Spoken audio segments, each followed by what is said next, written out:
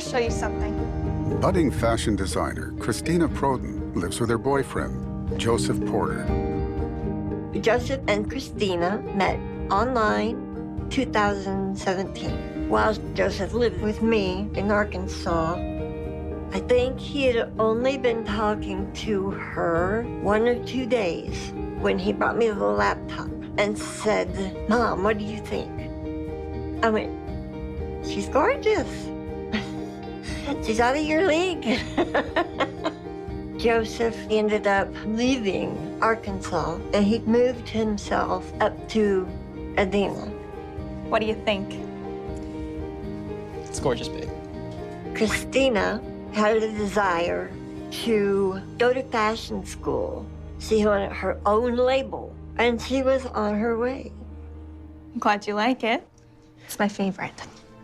She was bubbly and sweet.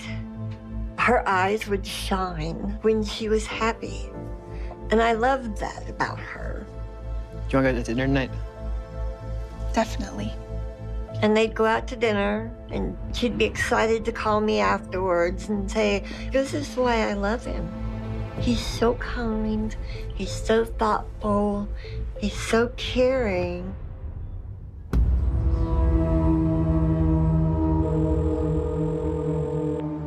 911 emergency. January 5th, 2018, the Edina Police Department received a 911 call. The caller was Olivia Proden, the mother of Christina Proden. She hasn't heard or spoken with her in a few days, which is uncommon for their relationship. And she had not spoken with her since January 2nd. An Edina police officer responded to Christina Proden's condominium and met with Olivia Proden.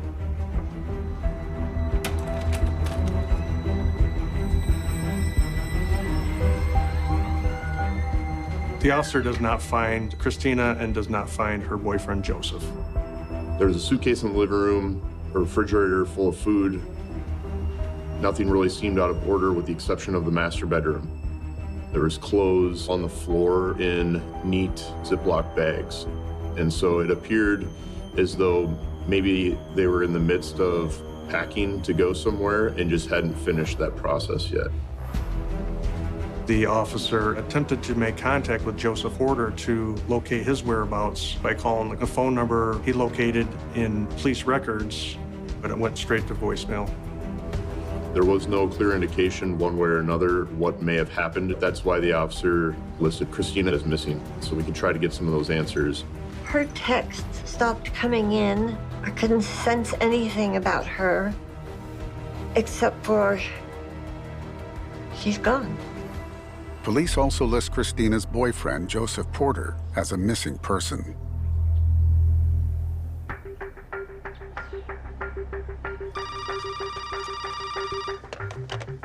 Detective Moore. So I was contacted by the duty sergeant and was asked to start working the case to see if we can locate Christina and Joseph Porter.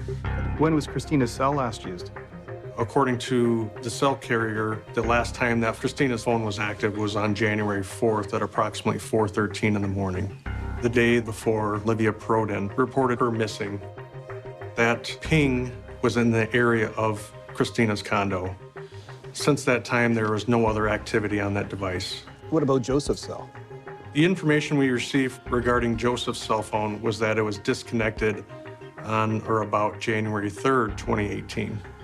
When it was learned that both cell phones had been off for that long, it definitely raised some red flags, and we grew concerned for the safety of Christina. Thank you. Investigators interview Christina's mom, Livia, at the police department to learn more about the missing couple. Let's start in the beginning. When did Joseph Porter come to live with her in Minnesota? 1st of October And how did your daughter meet him? on Facebook. He's from Arkansas, correct? Olivia Proden disclosed that Christina met Joseph online in the summer or early fall of 2017. And shortly thereafter, Joseph traveled from Arkansas up to Minnesota to live with Christina. So how often? Did you talk to her like 2-3 times a week. When was the last time you talked to Christina? Wednesday, when she left me a message at 8:54 on the phone. And what did it say? She told me she want to go in Arkansas, but I will go with him. Livia tells law enforcement that Christina had told her that she and Joseph were talking about plans to move to Arkansas, but she didn't know where they would move to in Arkansas. So it was a possibility. Christina and Joseph were now in Arkansas, so we wanted to speak with Livia Proden to develop as much information about Christina as possible, any friends she may have, to look at anybody else that may be a potential suspect in Christina's disappearance. Does Christina have a best friend that she would always talk to? Jacob. Jacob is the only one? Yes. In our conversation with Livia, she indicated that Christina had been potentially seeing another person. He messaged a lot to her on this phone. She sent a lot of messages. Whose phone is that? Phone is mine. My Christina told me to give this phone to her because you can talk with also with Jacob, and with the other phone, that smartphone, to talk with Joseph. Christina had communicated with Jacob on another cell phone so that Joseph didn't find out. That was a red flag for us. We had to determine whether or not Jacob was involved with the disappearance of Christina. Can we take that phone? Sure. Okay. Investigators send the phone to digital forensic specialists for analysis. Detectives secure a warrant to search Christina's condo. You're looking for items of evidence or stuff that may provide leads. Were there any details about a trip? Any other details, any other locations we may need to look for? Listen. A Walmart receipt was located that was dated January 2nd, 2018, and timestamped 4:16 hours. This was the same day that Christina last spoke to her mom. We may be able to recover video surveillance that may show people Christina was associating with, so we contacted Walmart to get that video surveillance as soon as possible. I'll call them.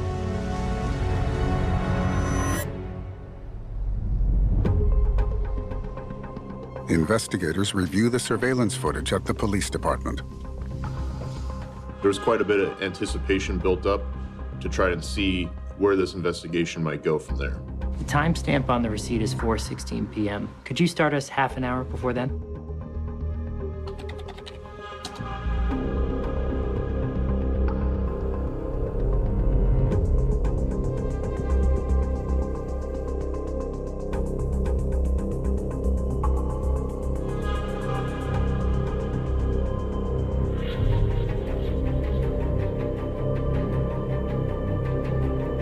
Stop. Rewind. Punch in.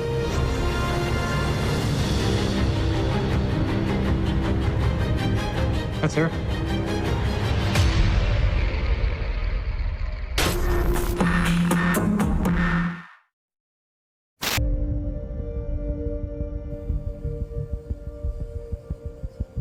Christina can be seen wearing a dark winter jacket, a scarf, and a dark hat. It appears she's got some dark rimmed glasses on. Play that again.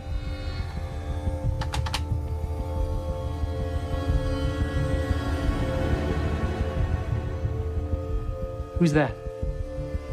Christina appears to be with another person.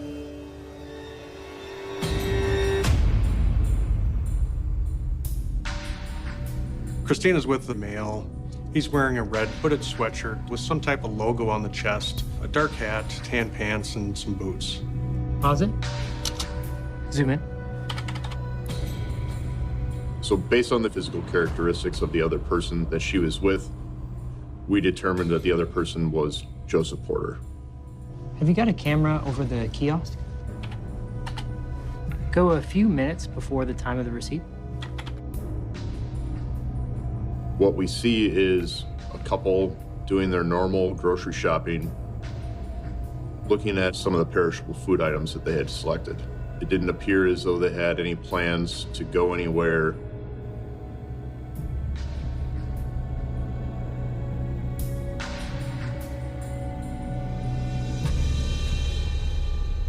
Show me the exterior camera.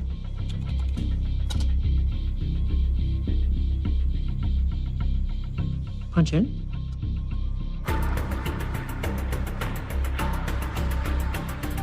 That's them. The surveillance footage offers no explanation why Christina and Joseph disappeared. Nothing suspicious. No. Thank you.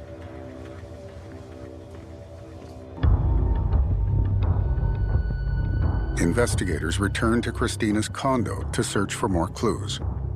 During the search warrant, one of the suitcases that was left behind was locked.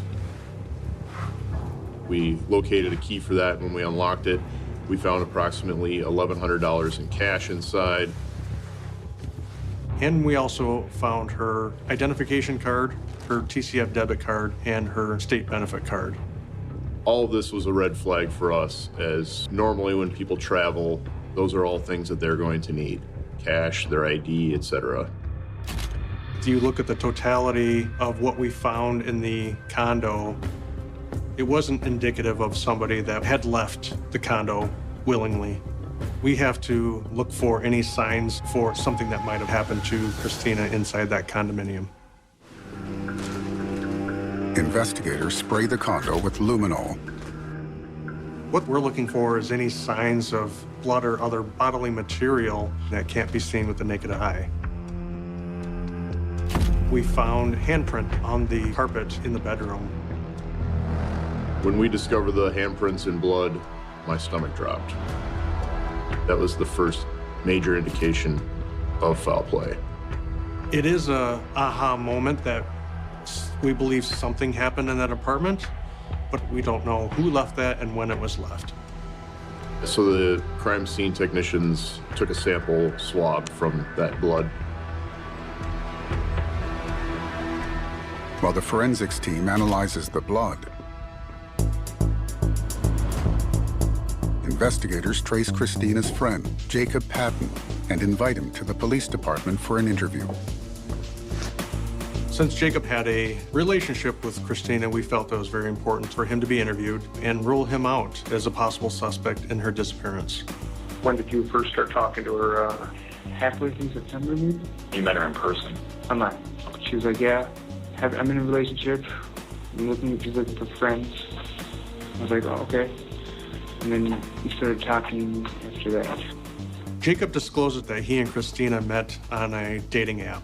He was aware of the sexual relationship between Christina and Joseph. Did you have a romantic relationship with her at all? Ever? Or at that point? Well, yeah, I mean, if it progressed into that, yeah, we want to know. Yeah, we were dating, actually, for like 2.5 months, up until last week. It was important to directly ask him whether or not he was involved in the disappearance of Christina and see what type of reaction we would get. Where do you think she is? No idea. Why shouldn't we think that you did something to her? I know that she actually does like me. I know she loves me, and I think that Joe made some kind of threat, and I think that's why she stopped talking to me. So you don't have any problems if I look at your phone now? You know, so look at it. Okay. He willingly provided consent for law enforcement to search his phone.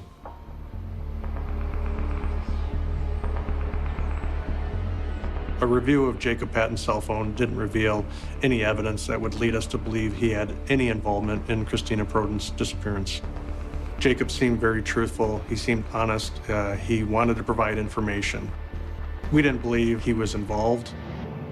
Investigators rule out Jacob as a suspect and refocus on Christina's boyfriend, Joseph. Early on in the investigation, Joseph Porter was entered as a missing person into NCIC, which is the National Crime Information Center, so that if other law enforcement agencies have had contact with them, we could be immediately notified. Detective Moore? We learned that he was involved in a traffic stop in Greene County, Missouri on January 4th, at about 8:30 in the evening. Joseph is 600 miles away from Edina, Minnesota, when Missouri Highway Patrol pulls him over. The stop happens 16 hours after Christina's last communication with her mother. It was very important to obtain any video of that traffic stop. Can you send it over to us? Okay, thank you.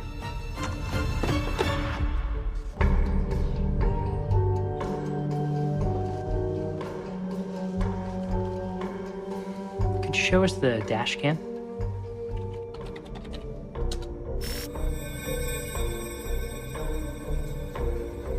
We watched the trooper make an approach around the vehicle. Show that again. Freeze. Zoom in. During a small portion of that time, his flashlight illuminated the back seat, and we could see 2 pieces of luggage in the back. Interesting. Play on. The trooper speaks to Joseph Porter through the passenger window. Hey, the reason I'm stopping, your tags are showing that they're expired. Expired? Yeah, they're showing that they expired in July of last year. I just bought this car. What's all this stuff for the shovel? Work. The trooper saw a shovel and pickaxe in the car. That's when I figured out this was going to turn bad.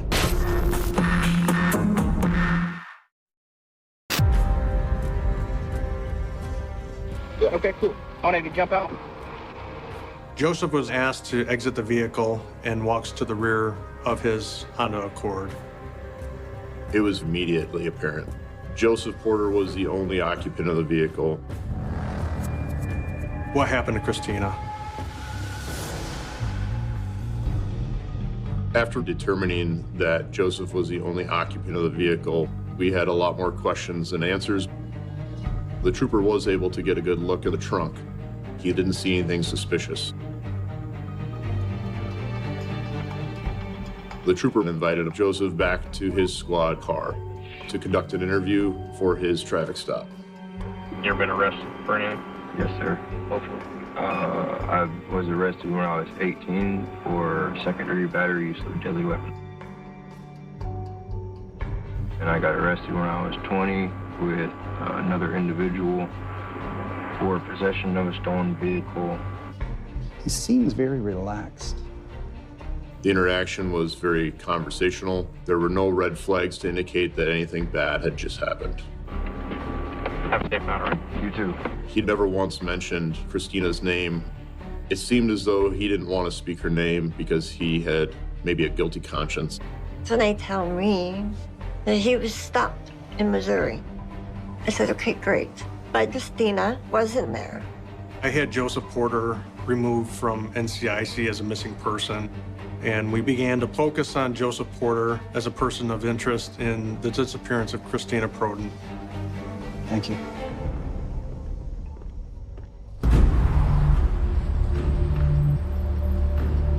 Part of the investigation is Christina's cell phone. We had a continuous ping set up whereby, should that device turn on, we would be notified. We've got a ping. On January 9th, we received information that her device turned back on. That was a pivotal moment in this investigation. I was very shocked. I didn't think that that phone would ever get turned back on. Of course, we were hoping that Christina was still alive. Have we got a location? It led to the area of a Walmart in Cabot, Arkansas. We had no additional leads on her whereabouts. And the fact that it was pinging in the area of a Walmart where we could get video surveillance, that was crucial to this investigation. Investigators in Edina secure the store surveillance footage from the Walmart 800 miles away. Queue up half an hour before the ping.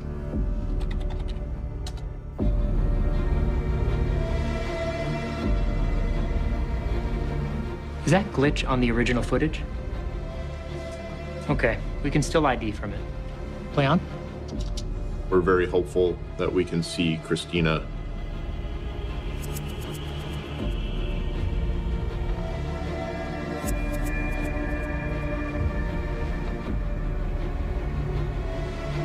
Hold it.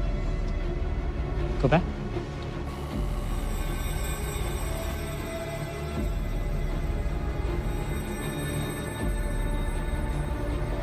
Who's that?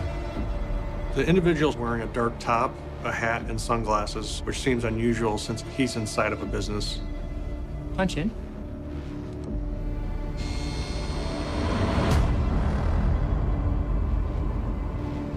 That's Joseph. Any sign of Christina?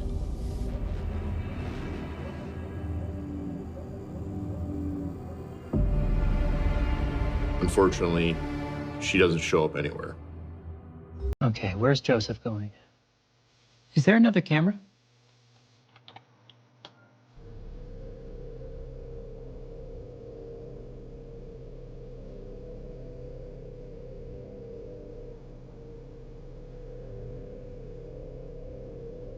Joseph Porter can be seen walking up to the returns desk and returning an item.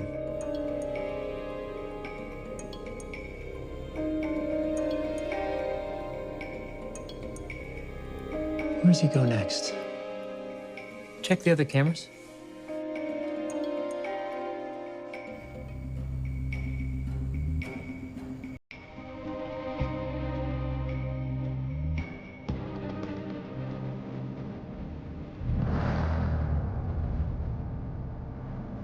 That's him. Play that again.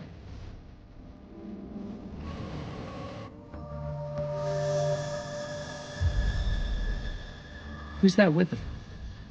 Joseph was observed exiting Walmart with another male. So now we don't know if this is a co-conspirator, somebody that is aiding the offender after the fact, or a second suspect altogether. Follow them outside. Camera to the vehicle, law enforcement was unable to get a license plate. What's the other male doing in the store? Show the entrance camera before Joseph entered.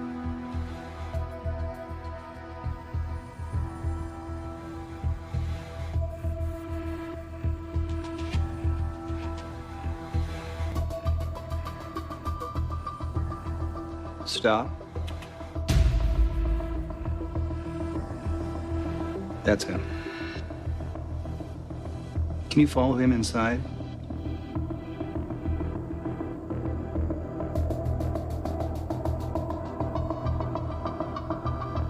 Where's he gone?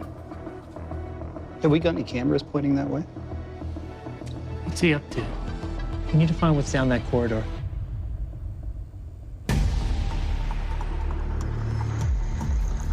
Detectives reach out to police in Cabot, Arkansas, to go visit the store. The local jurisdiction followed up there and determined that inside was a Eco ATM. An Eco ATM is an automated pawn shop for electronic devices. The customer deposits their item into the kiosk and receives money in return. Part of the process for pawning the cell phone at one of these stations is to turn it on to ensure that it's working properly. And that's when we received the ping. Law enforcement discovered that the man with Joseph Porter sold 3 cell phones. They followed up with Eco ATM and obtained those devices. They called Christina's cell phone, and one of those 3 phones that was pawned began to ring.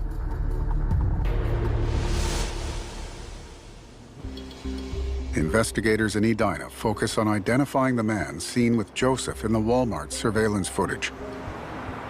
There's urgency to find him and interview him to see what he knows about the whereabouts of Christina. We comb through Joseph's social media accounts. Come see this.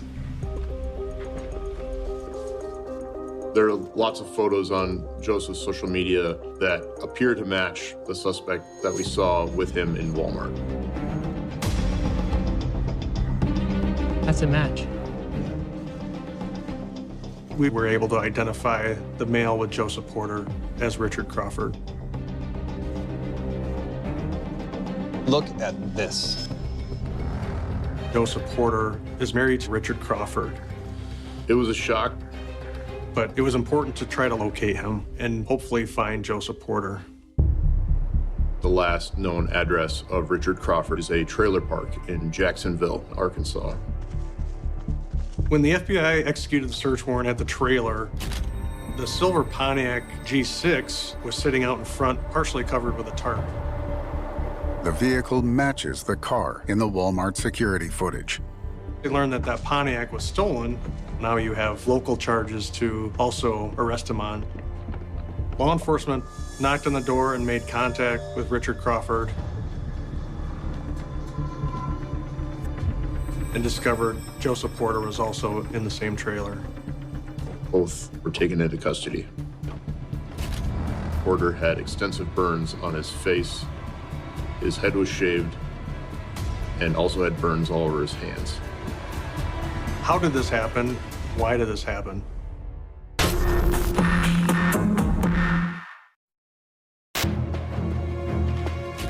Law enforcement didn't find Christina Proden inside that trailer, but they found a jewelry box with miscellaneous jewelry, a pickaxe, and multiple gas cans. During the search of the silver Pontiac G6, law enforcement discovered keys. Those keys were subsequently determined to belong to Christina Proden.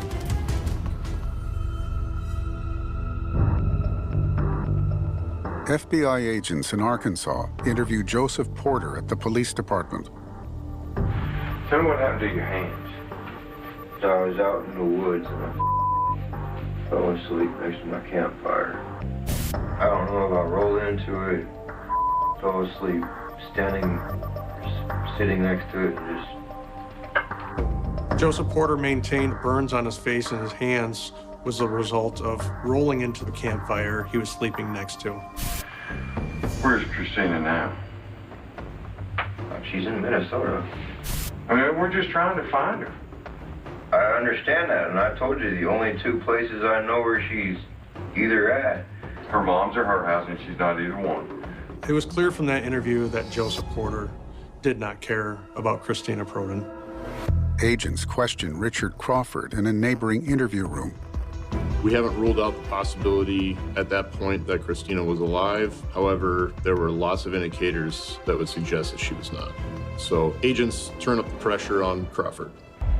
What if I told you that you were going to be charged with an accessory for not disclosing information? That you sat here and that poor girl's dead, and her mom was missing her. Look at that. And you've got something to do with it because he talked to you about it. Wow. What would you say to her mama if you could say, I knew something and I didn't help? If I knew something I didn't help, I'd be feeling pretty bad. This was enough to get Richard Crawford to change his story and tell the truth about what Joseph Porter had told him. He told me that she was dead before she left. So he told you he killed her? Yes. He didn't tell you how? He didn't tell me how he killed her. He told me that he burned her. And it was in a C-train or something. In a what? In a C-trans. What's a C-train? It's like a metal container. Like one of them shipping containers? Yeah. They fall on trains and cargo ships? Yeah. Where do you say he did that? He said Louisiana. Agents were able to convince him to come clean on the information that he had, indicating that Porter had confessed to him that he killed Christina and burned her body in Louisiana. That information from Crawford was critical to the investigation. Agents confront Porter with Crawford's statement. He stood up like a man and he told the truth, just like we want you to do. Now you're wasting everybody's time. I just told you everything, and you don't get that. So quit wasting my time and take me back to that holding cell. He still maintained that he had nothing to do with Christina's disappearance, but we believed she was dead and started a homicide investigation. It's very important in a homicide to find the body. If you don't have a body, it's very difficult to prove a murder.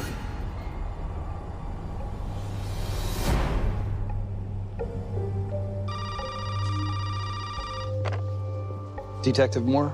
The FBI informed me that there was a fire in New Orleans that seemed to match the description provided by Richard Crawford. back in one of these storage containers. The New Orleans Police Department responded to a suspicious fire on January 6th at approximately 9:30 p.m. in a shipping container. Not far from the shipping container, Joseph's black Honda Accord was later located, stripped of its license plates. A short distance from the burn site was the business where the Pontiac G6 was stolen from. Everything seemed to be connected. During a search on Joseph Porter's 1995 Honda, 2 receipts were located, one for Home Depot and a second for AutoZone. Law enforcement obtained video surveillance from a Home Depot in Belton, Missouri.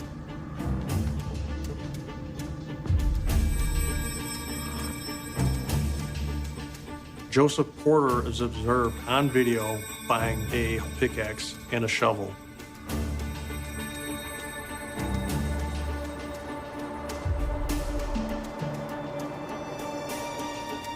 The other video was from AutoZone in Baton Rouge, where Joseph Porter was observed getting gas and putting it in a red gas can. At that time, he was in the silver Pontiac Grand Prix. In the back of the shipping container, the New Orleans Police Department discovered a burned-up body. They really wanted it to burn. Can you tell what, is it male, female? This is a small core, well, skeletal remains, so to say, occupancy.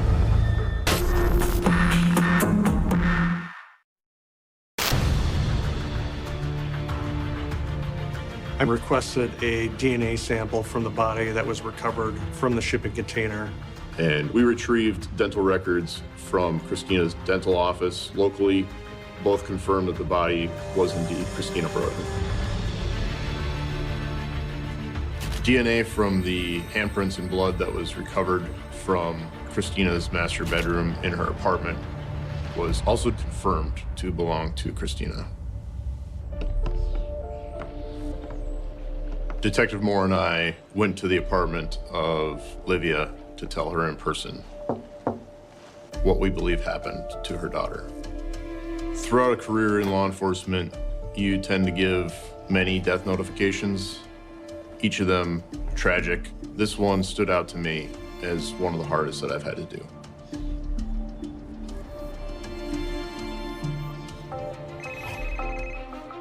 Investigators called Joseph's mom, Arlie, Hello? to tell her that her son is suspected of murdering Christina. I don't think I screamed loud enough. I don't think I cried hard enough. I want my son to pay for what he did. 11 weeks after his arrest, officers interrogate Joseph Porter again about Christina's death. I think he came to the realization that he wasn't going to be able to just talk his way out of this. He claimed that he returned to the condo and an argument between he and Christina started. She kept hitting me, and finally I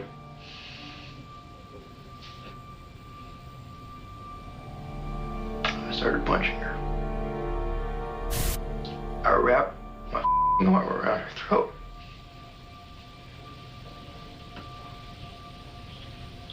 And all I wanted to do was render her unconscious. Just put her to sleep. I felt her body.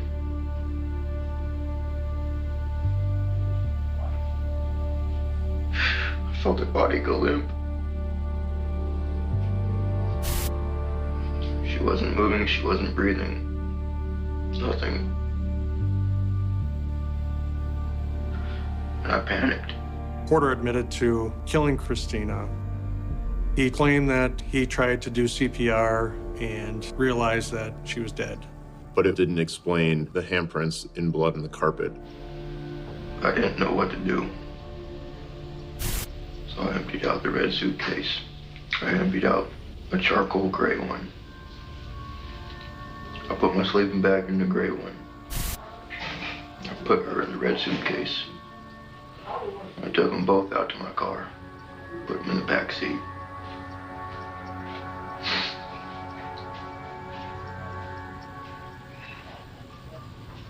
I started driving.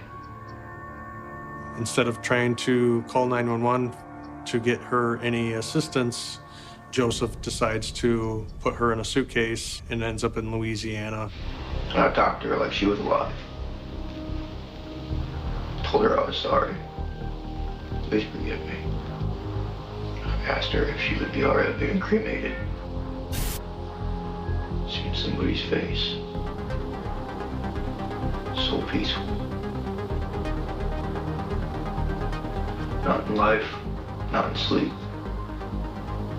There was something so tranquil and peaceful about her face when I looked down at her. Porter described looking at Christina's face after she had been killed as looking peaceful. This is absolutely disgusting to me.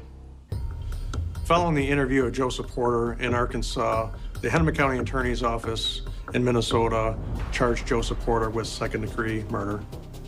Richard Crawford had no knowledge of the murder until Joseph told him. He was uninvolved in the theft of the Pontiac, and he did not knowingly sell stolen phones. Crawford is charged with no crimes. On January 15th, 2019, Joseph Porter pled guilty to second-degree unintentional homicide and was sentenced to 20 years. It feels good knowing that Joseph Porter can't hurt anyone else. And that's not my son. Nope. I'm done. I'm done. So I have absolutely no words for him. My opinion of this case is that he had come back to the condo in the early morning hours of January 4th, and at some point, an argument ensued. Christina likely told him that I'm gonna call the police. He was already on probation. He wanted Christina to not call the police. Things escalated to the point that he killed her. After Joseph killed Christina, he placed her body in the suitcase and flees the state. In the video footage from Missouri, the state trooper had illuminated the interior of the vehicle, and you can see both pieces of luggage sitting upright in the back seat. We believe that's where Christina's body was. Joseph Porter drove to New Orleans, Louisiana. He tried to bury her, but the ground was so hard and he was so tired that he was unable to bury her.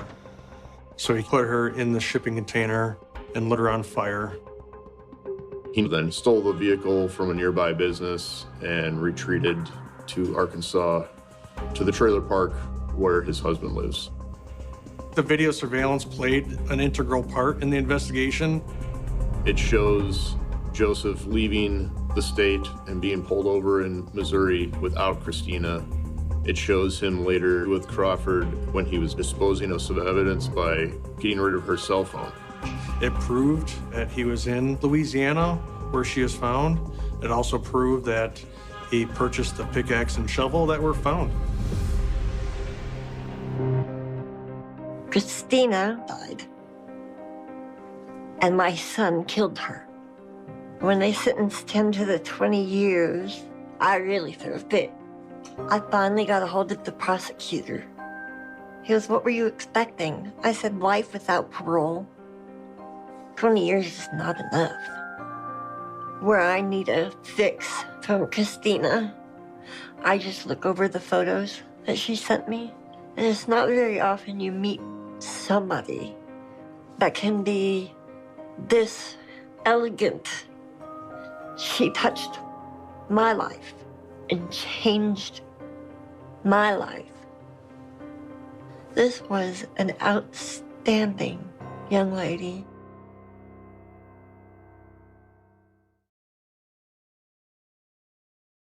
In the early hours of a quiet Hawaiian morning in 1982, nothing about the world seemed unusual. The island moved at its familiar rhythm, shaped by ocean winds, distant traffic, and the slow unfolding of daily life. Yet somewhere within that ordinary stillness, a young woman named Lisa O disappeared, and what initially seemed like a simple missing person case would soon shift into something far more unsettling. It was not the kind of disappearance that announces itself with drama or witnesses. Instead, It began with absence, a silence that did not make sense, a silence that lingered longer than it should have. At first, no one knew how seriously to take it. People go missing temporarily all the time in a place like Hawaii, where movement between communities can be fluid and unrecorded. It was possible that Lisa O had traveled, changed plans, or simply lost contact in a way that would resolve itself. In the earliest stage, there was no alarm, no urgency, only uncertainty. But as time passed and that uncertainty hardened into something more persistent, concern began to take shape. Friends noticed unanswered calls. Family members noticed missed connections. The absence stopped feeling temporary and started feeling final. The moment a disappearance crosses that invisible threshold is often difficult to define, but those closest to Lisa felt it clearly. Something had changed. The pattern of her life, once active and socially connected, had abruptly stopped. There were no explanations, no messages, no trace of intention, only silence. And in that silence, the first real question emerged. Where was she? The case of Lisa O would later become one of the most discussed unresolved tragedies in Hawaii's early 1980s criminal history, not because of immediate notoriety, but because of what it revealed over time. It exposed how fragile early investigative systems could be when faced with limited information, and how quickly a missing person case could transition into something far more complex without warning. But at the beginning, none of that was visible. All that existed was a young woman who had stopped being reachable. When the concern finally became formalized, the process of reporting her missing was initiated. Authorities began to take notice, but even then, the urgency of the case was shaped by the information available at the time. Lisa O was not initially categorized in a way that suggested immediate danger. There were no obvious signs of foul play, no direct evidence pointing toward violence, and no clear indication of what direction the investigation should take. In the absence of such markers, early investigative steps were cautious and methodical, focused primarily on reconstructing her last known movements. That reconstruction, however, was immediately limited by the nature of the information itself. Lisa O's life, while socially connected, did not produce a continuous public record. There were no digital footprints to follow, no electronic logs to trace, and no surveillance systems capable of filling in the gaps. What investigators relied on instead were people, memory, conversation, and fragmented recollection. And as is often the case in early-stage missing person investigations, those fragments did not align cleanly. Friends described her as active and socially engaged, someone who maintained a wide network of connections. She was not isolated, nor was she living in obscurity. This made the disappearance more confusing, not less. People who are socially connected tend to leave behind traces of interaction, patterns of communication that can be followed and analyzed. But in this case, those patterns stopped abruptly, without a clear endpoint. There was no gradual fading, no slow withdrawal, only a cut. That sudden break became the emotional center of the early investigation. It created a sense that something decisive had occurred, even if no one yet understood what that decision might have been. Was it voluntary? Was it accidental? Or was it the result of something external and forceful? At this stage, none of those questions could be answered, but they began to shape the direction of attention. As investigators began speaking with people who knew Lisa O, a more complicated picture slowly emerged. Beneath the surface of her outwardly active life, there were indications of tension. These were not immediately dramatic revelations, but rather subtle references to disagreements and strained interactions. Over time, these details began to converge around one consistent theme: financial disputes and personal conflicts. Money, in many investigations, often appears as a quiet but persistent undercurrent. It does not always announce itself as the primary motive at first, but it frequently appears in the background of strained relationships. In Lisa O's case, references to money-related disagreements began to surface during conversations with acquaintances. These included mentions of informal arrangements, unresolved obligations, and interpersonal tensions that had not been fully addressed. However, even with these emerging themes, nothing at this point could be classified as evidence. They were contextual fragments, not conclusions. Investigators were still operating within a wide field of possibility, where multiple interpretations remained viable. The challenge was not simply identifying what might have happened, but determining which version of events could be supported by verifiable fact. As days turned into weeks, the absence of new information began to shape the emotional weight of the case. Missing person investigations often operate under the pressure of time, where early momentum is critical. The longer a case remains unresolved, the more difficult it becomes to recover accurate information. Memories fade. Details blur. The initial clarity of concern slowly transforms into a more complicated landscape of uncertainty. In Lisa O's case, that uncertainty deepened as no new leads emerged. There were no confirmed sightings, no reliable communications, and no physical evidence suggesting her whereabouts. The investigation began to shift from a search for a living person into a broader inquiry about what might have interrupted her life so completely.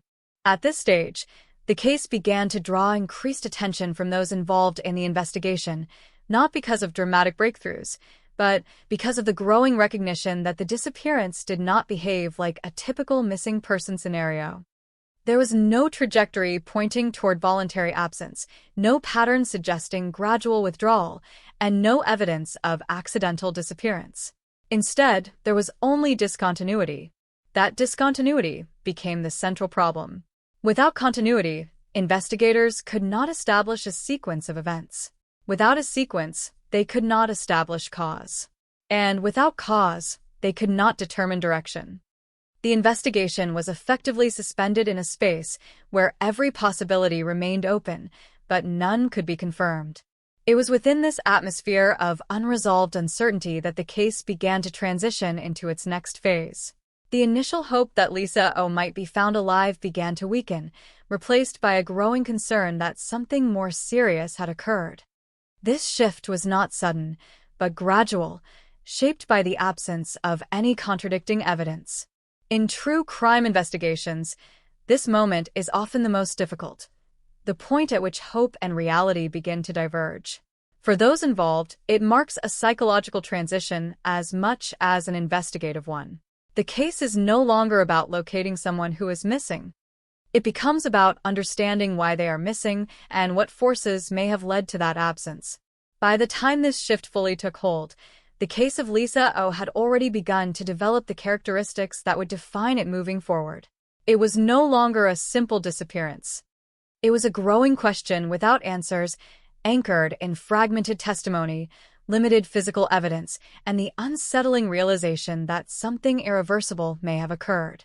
And yet, at this stage, nothing had been proven. There were no confirmed outcomes, no identified perpetrators, and no reconstructed sequence of events. Only a growing sense that the silence surrounding Lisa O was not accidental. It was meaningful in a way that had not yet been fully understood. The investigation stood at the edge of that understanding, without yet crossing into it. As the investigation into Lisa O's disappearance continued to unfold in the early 1980s, attention gradually shifted from the initial shock of absence to the more structured process of understanding who she was and what forces surrounded her life before she vanished. In cases like this, the victim's identity is not just background information. It becomes the central framework through which every fragment of evidence is interpreted. For investigators, reconstructing Lisa O's life meant trying to rebuild a timeline that no longer existed in a complete form, relying instead on the memories of those who knew her and the fragments of her daily interactions. Lisa O was described as a young woman living in Hawaii with a socially active lifestyle. She moved within multiple circles of friends and acquaintances, maintaining relationships that extended across different parts of her community. To those who knew her casually, she appeared engaged, present, and socially connected. There was no immediate indication that she was isolated or withdrawn. This made her disappearance all the more difficult to comprehend, because individuals with active social lives often leave behind a trail of interactions that can be followed. In Lisa O's case, however, that trail seemed to end abruptly, without a visible transition point. Friends and acquaintances recalled her as someone who participated regularly in social activities and maintained contact with a broad network.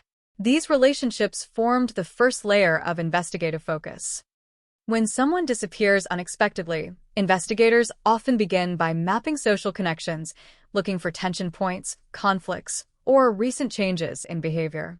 In Lisa O's situation, this mapping process revealed something that complicated the initial assumption of normalcy. Beneath the surface of her active social presence, there were indications of underlying strain. These strains were not initially presented as dramatic confrontations or clear disputes. Instead, they emerged gradually through conversations and recollections.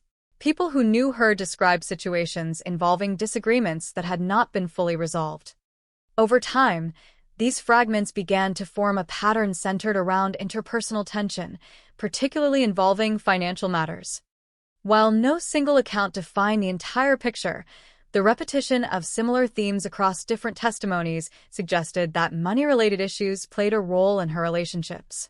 Financial interactions in personal relationships can often create layers of complexity that are not immediately visible from the outside. In Lisa O's case, references were made to informal arrangements and unresolved obligations. These were not documented transactions in any formal sense within the information provided, but rather personal exchanges that later became sources of disagreement. Such arrangements, by their nature, are difficult to trace with precision, especially in an era when digital financial records were not available to support reconstruction. Investigators working on the case had to rely heavily on interviews, attempting to separate subjective interpretation from factual detail.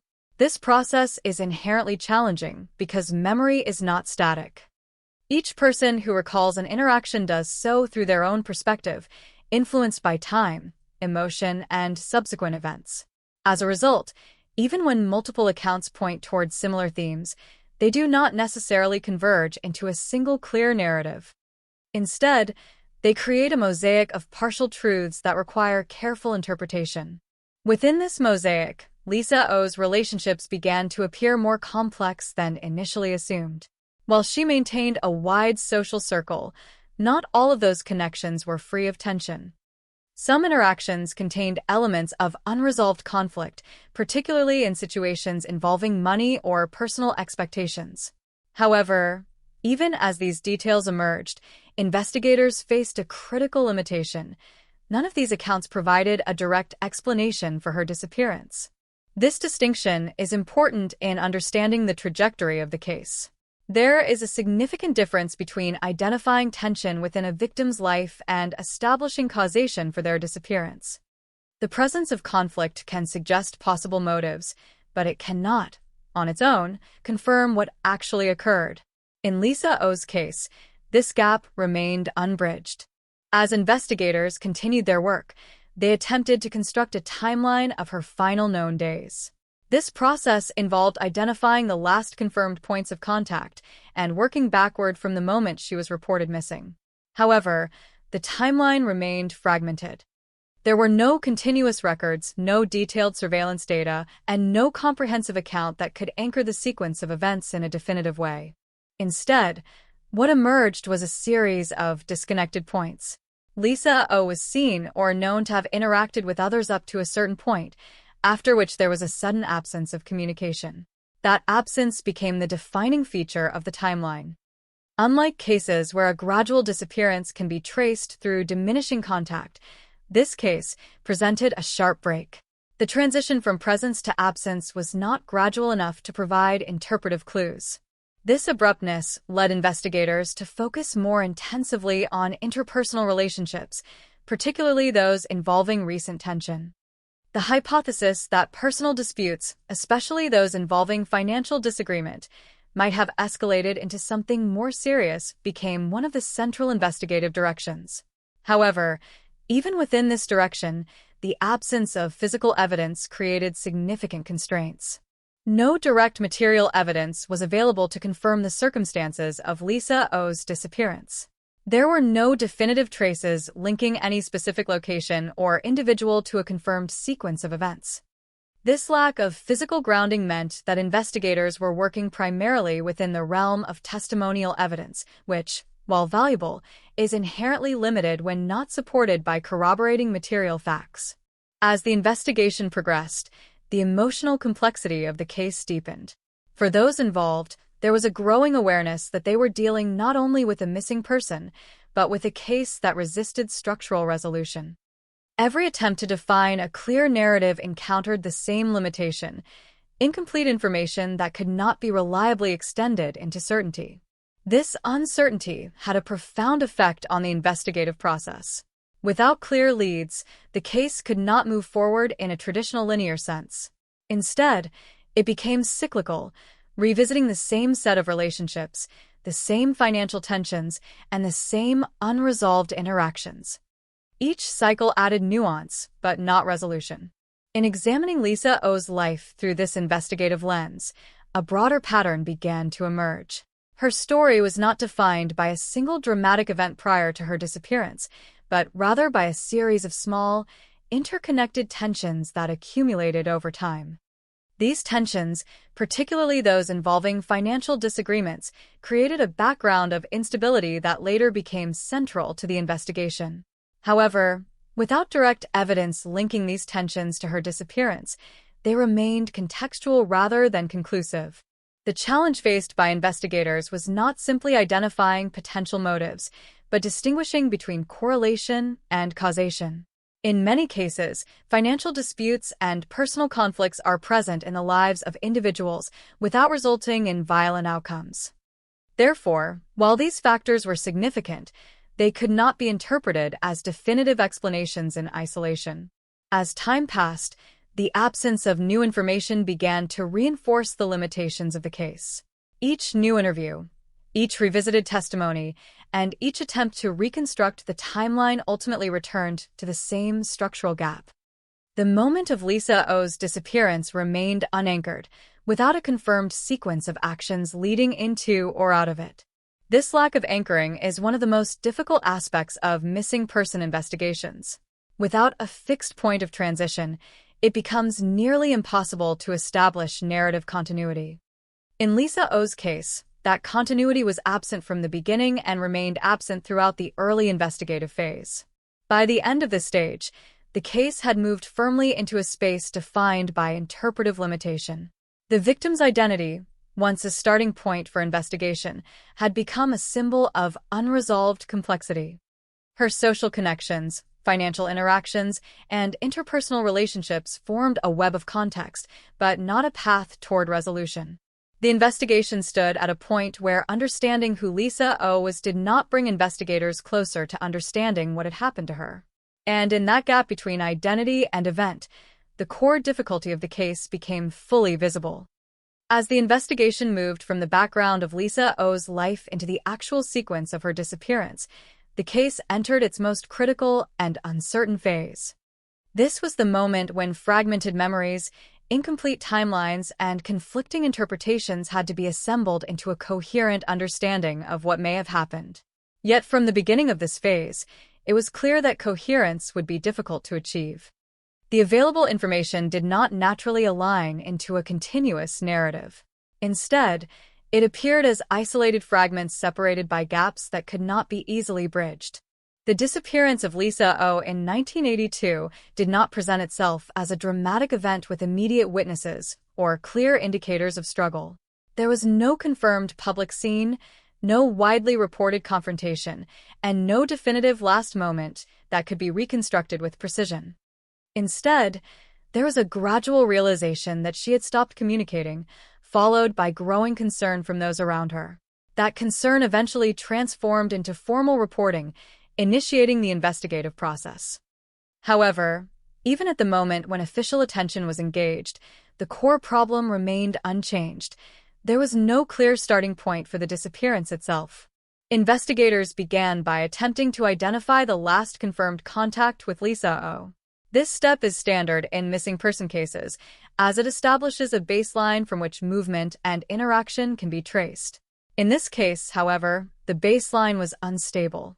Different accounts placed her in different contexts within a relatively short time frame, but none of these accounts could be definitively verified against independent records. Without digital communication logs or surveillance systems to anchor these claims, investigators had to rely entirely on human recollection, which varied in precision and reliability. As they reconstructed these final known interactions, a pattern of abrupt discontinuity became apparent. Lisa O's presence in the lives of those around her did not gradually diminish. Instead, it appeared to end suddenly.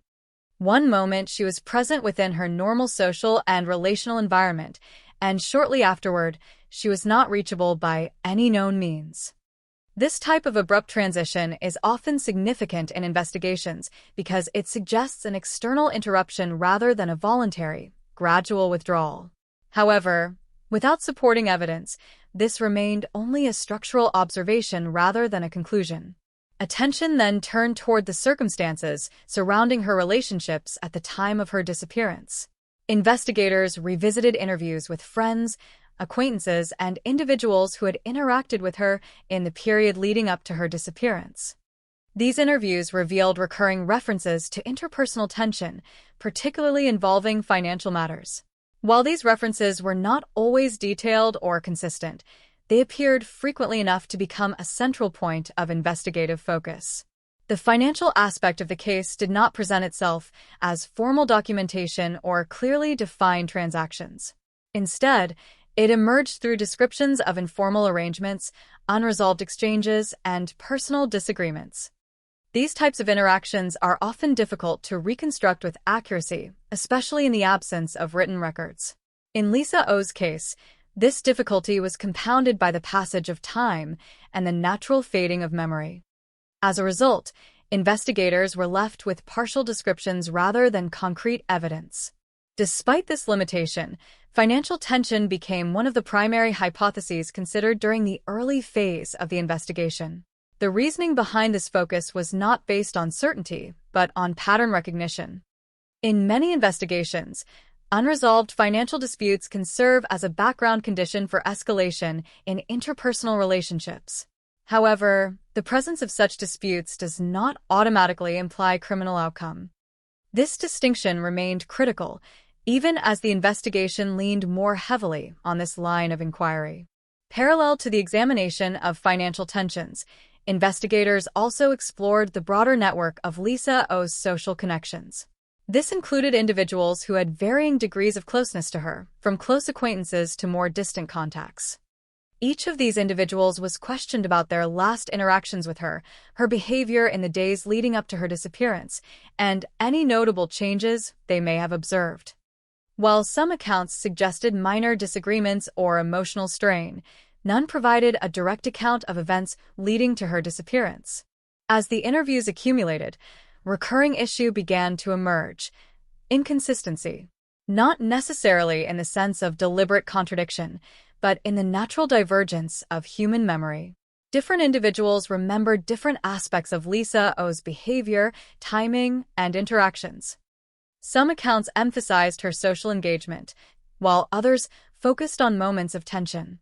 These variations did not necessarily invalidate any single account, but they made it difficult to construct a unified timeline. Without a stable timeline, investigators faced a fundamental structural problem.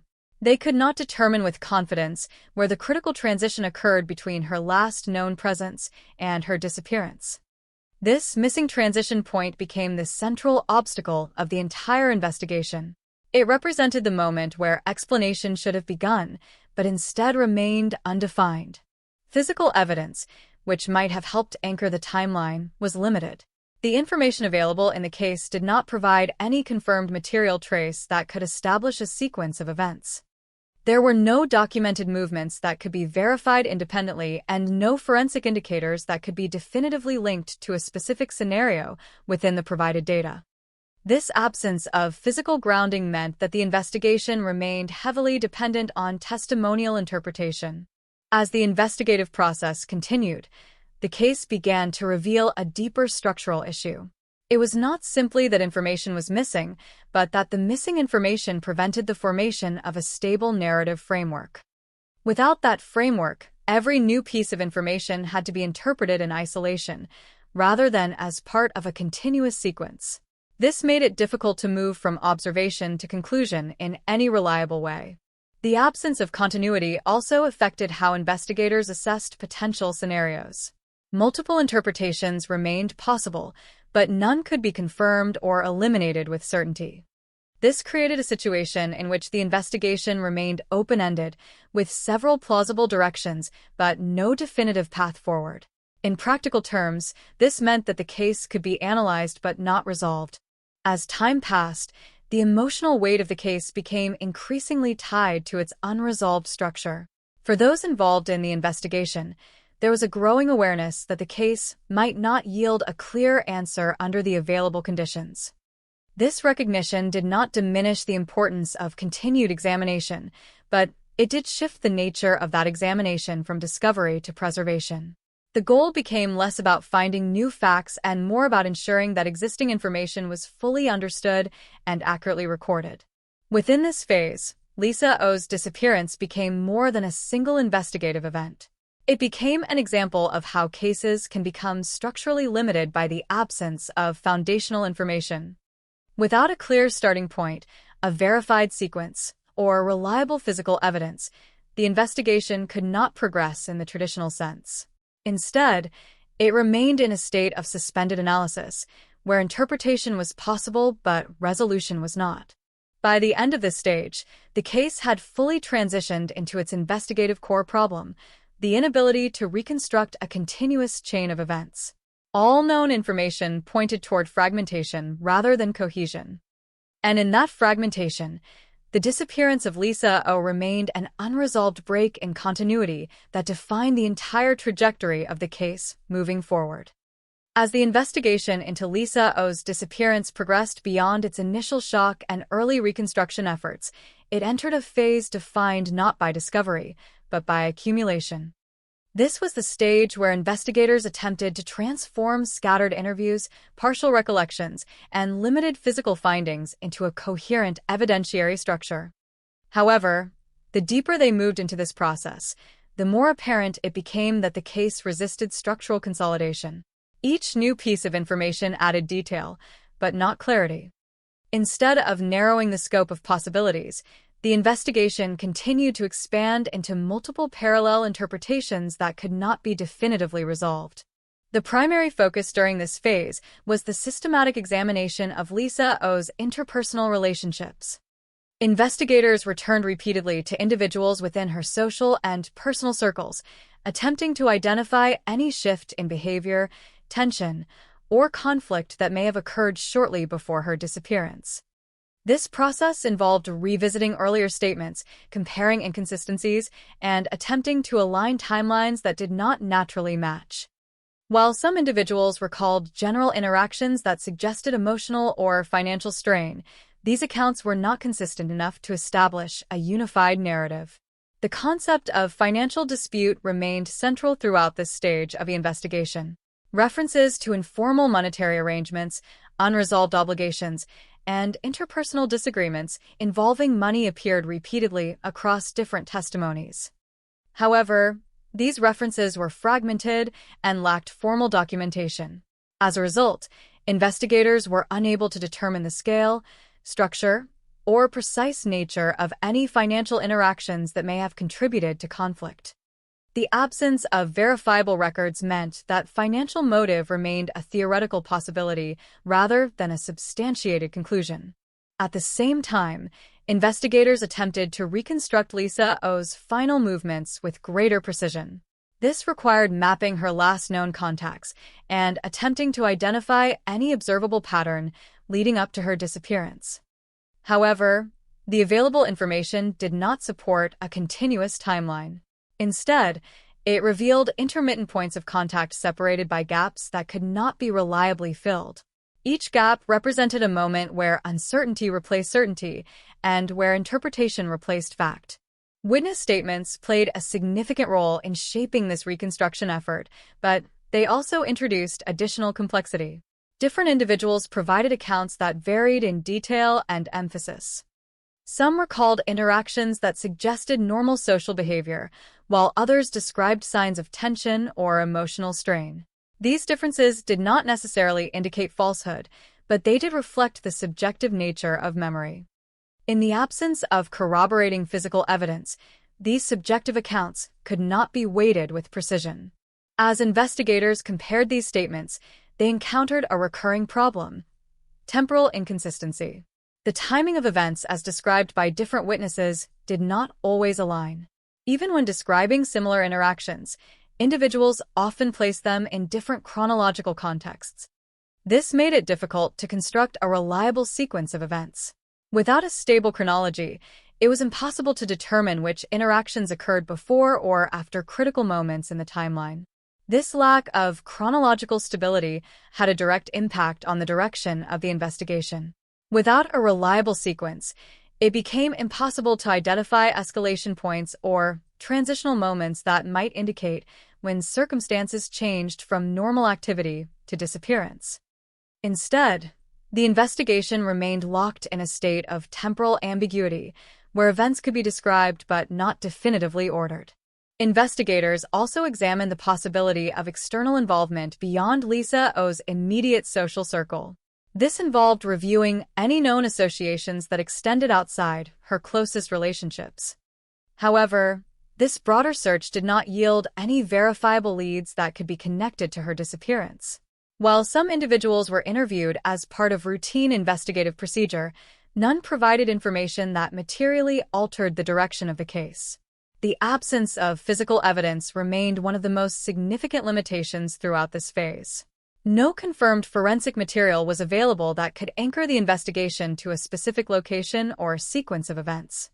Without such evidence, investigators were unable to move beyond interpretive analysis. Every hypothesis remained dependent on testimonial input, which itself was fragmented and inconsistent.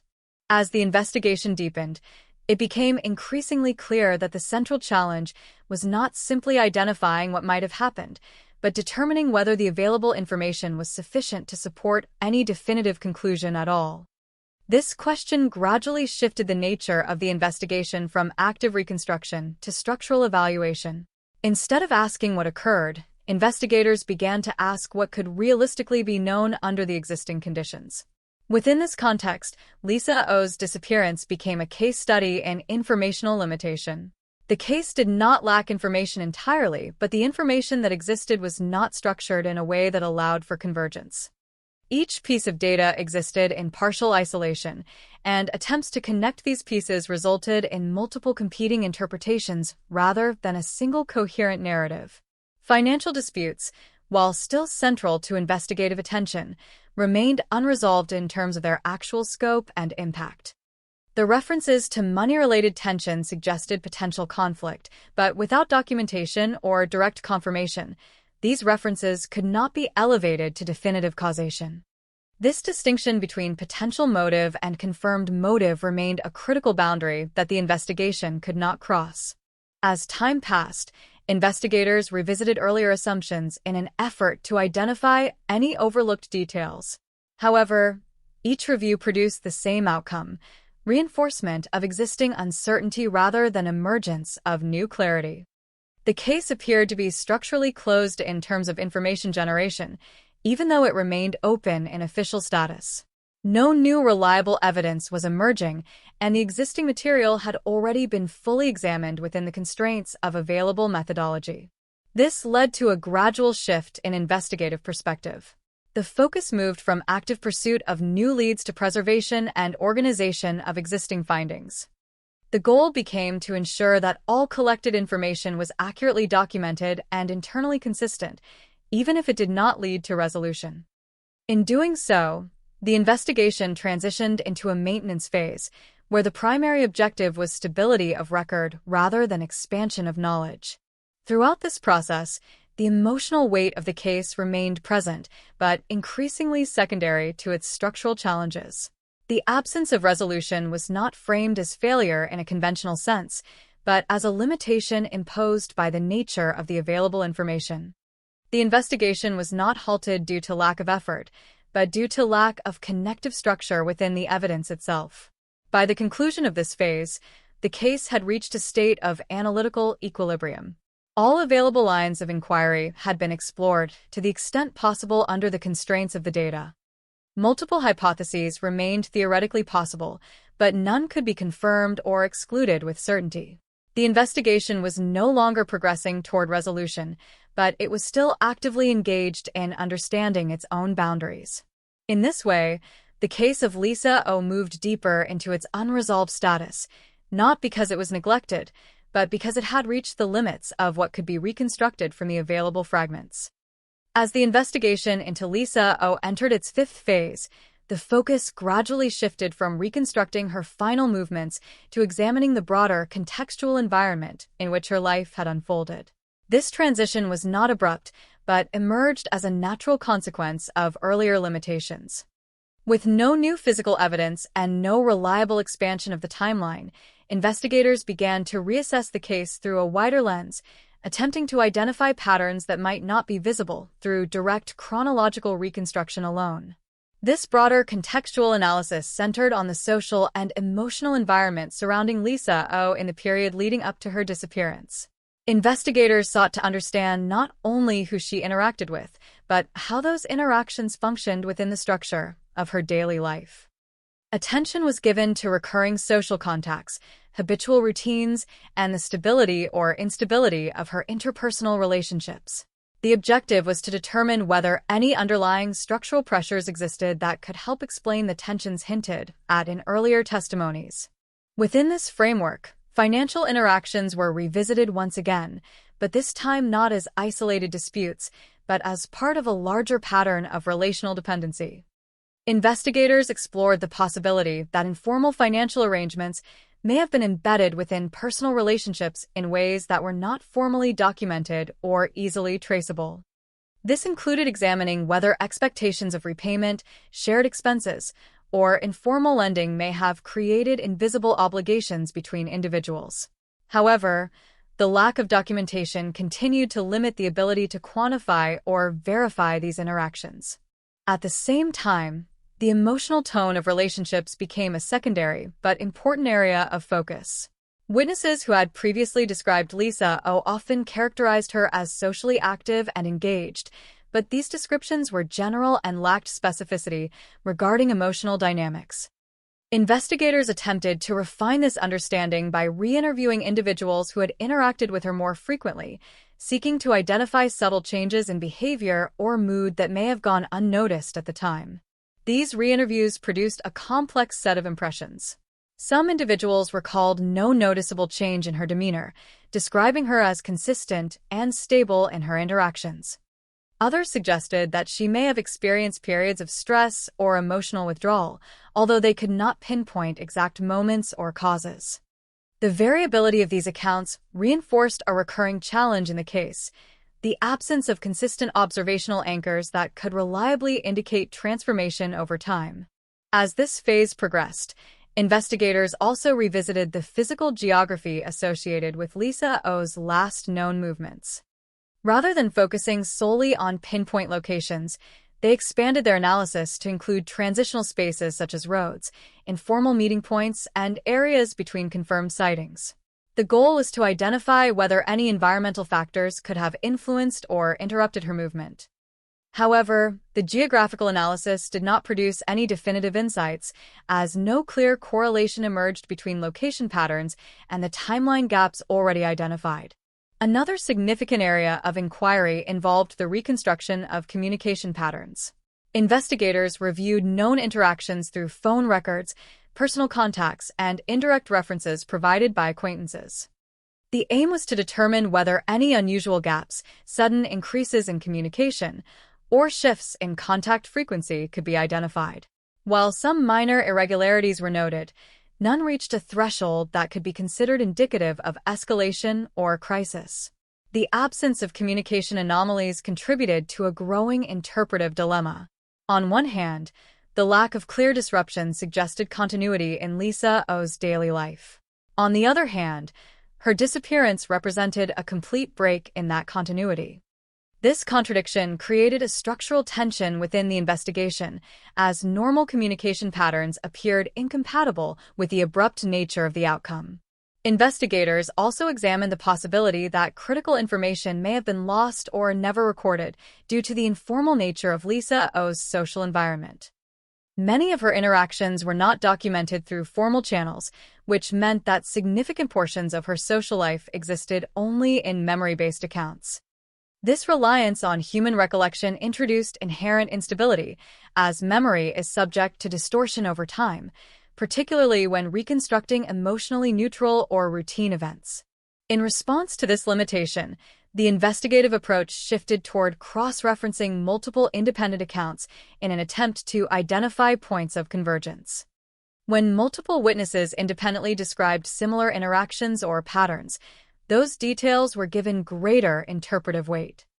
However, the number of such convergent points remained limited, and even when they occurred, they often lacked sufficient specificity to alter the overall understanding of the case. As the analysis deepened, investigators began to consider the possibility that the key to understanding Lisa O's disappearance might not lie in identifying a single decisive event, but in recognizing a gradual accumulation of smaller, less visible factors. This perspective reframed the investigation from a search for a turning point to an examination of gradual escalation. However, identifying such gradual processes required a level of continuity in the data that was not present in the available evidence. The case therefore remained defined by discontinuity. Each segment of information existed as a partial fragment, and while these fragments could be grouped thematically, they could not be seamlessly integrated into a single linear narrative. This fragmentation affected every aspect of the investigation, from timeline reconstruction to motive analysis. Despite these limitations, investigators continued to refine their understanding of the relational dynamics surrounding Lisa O.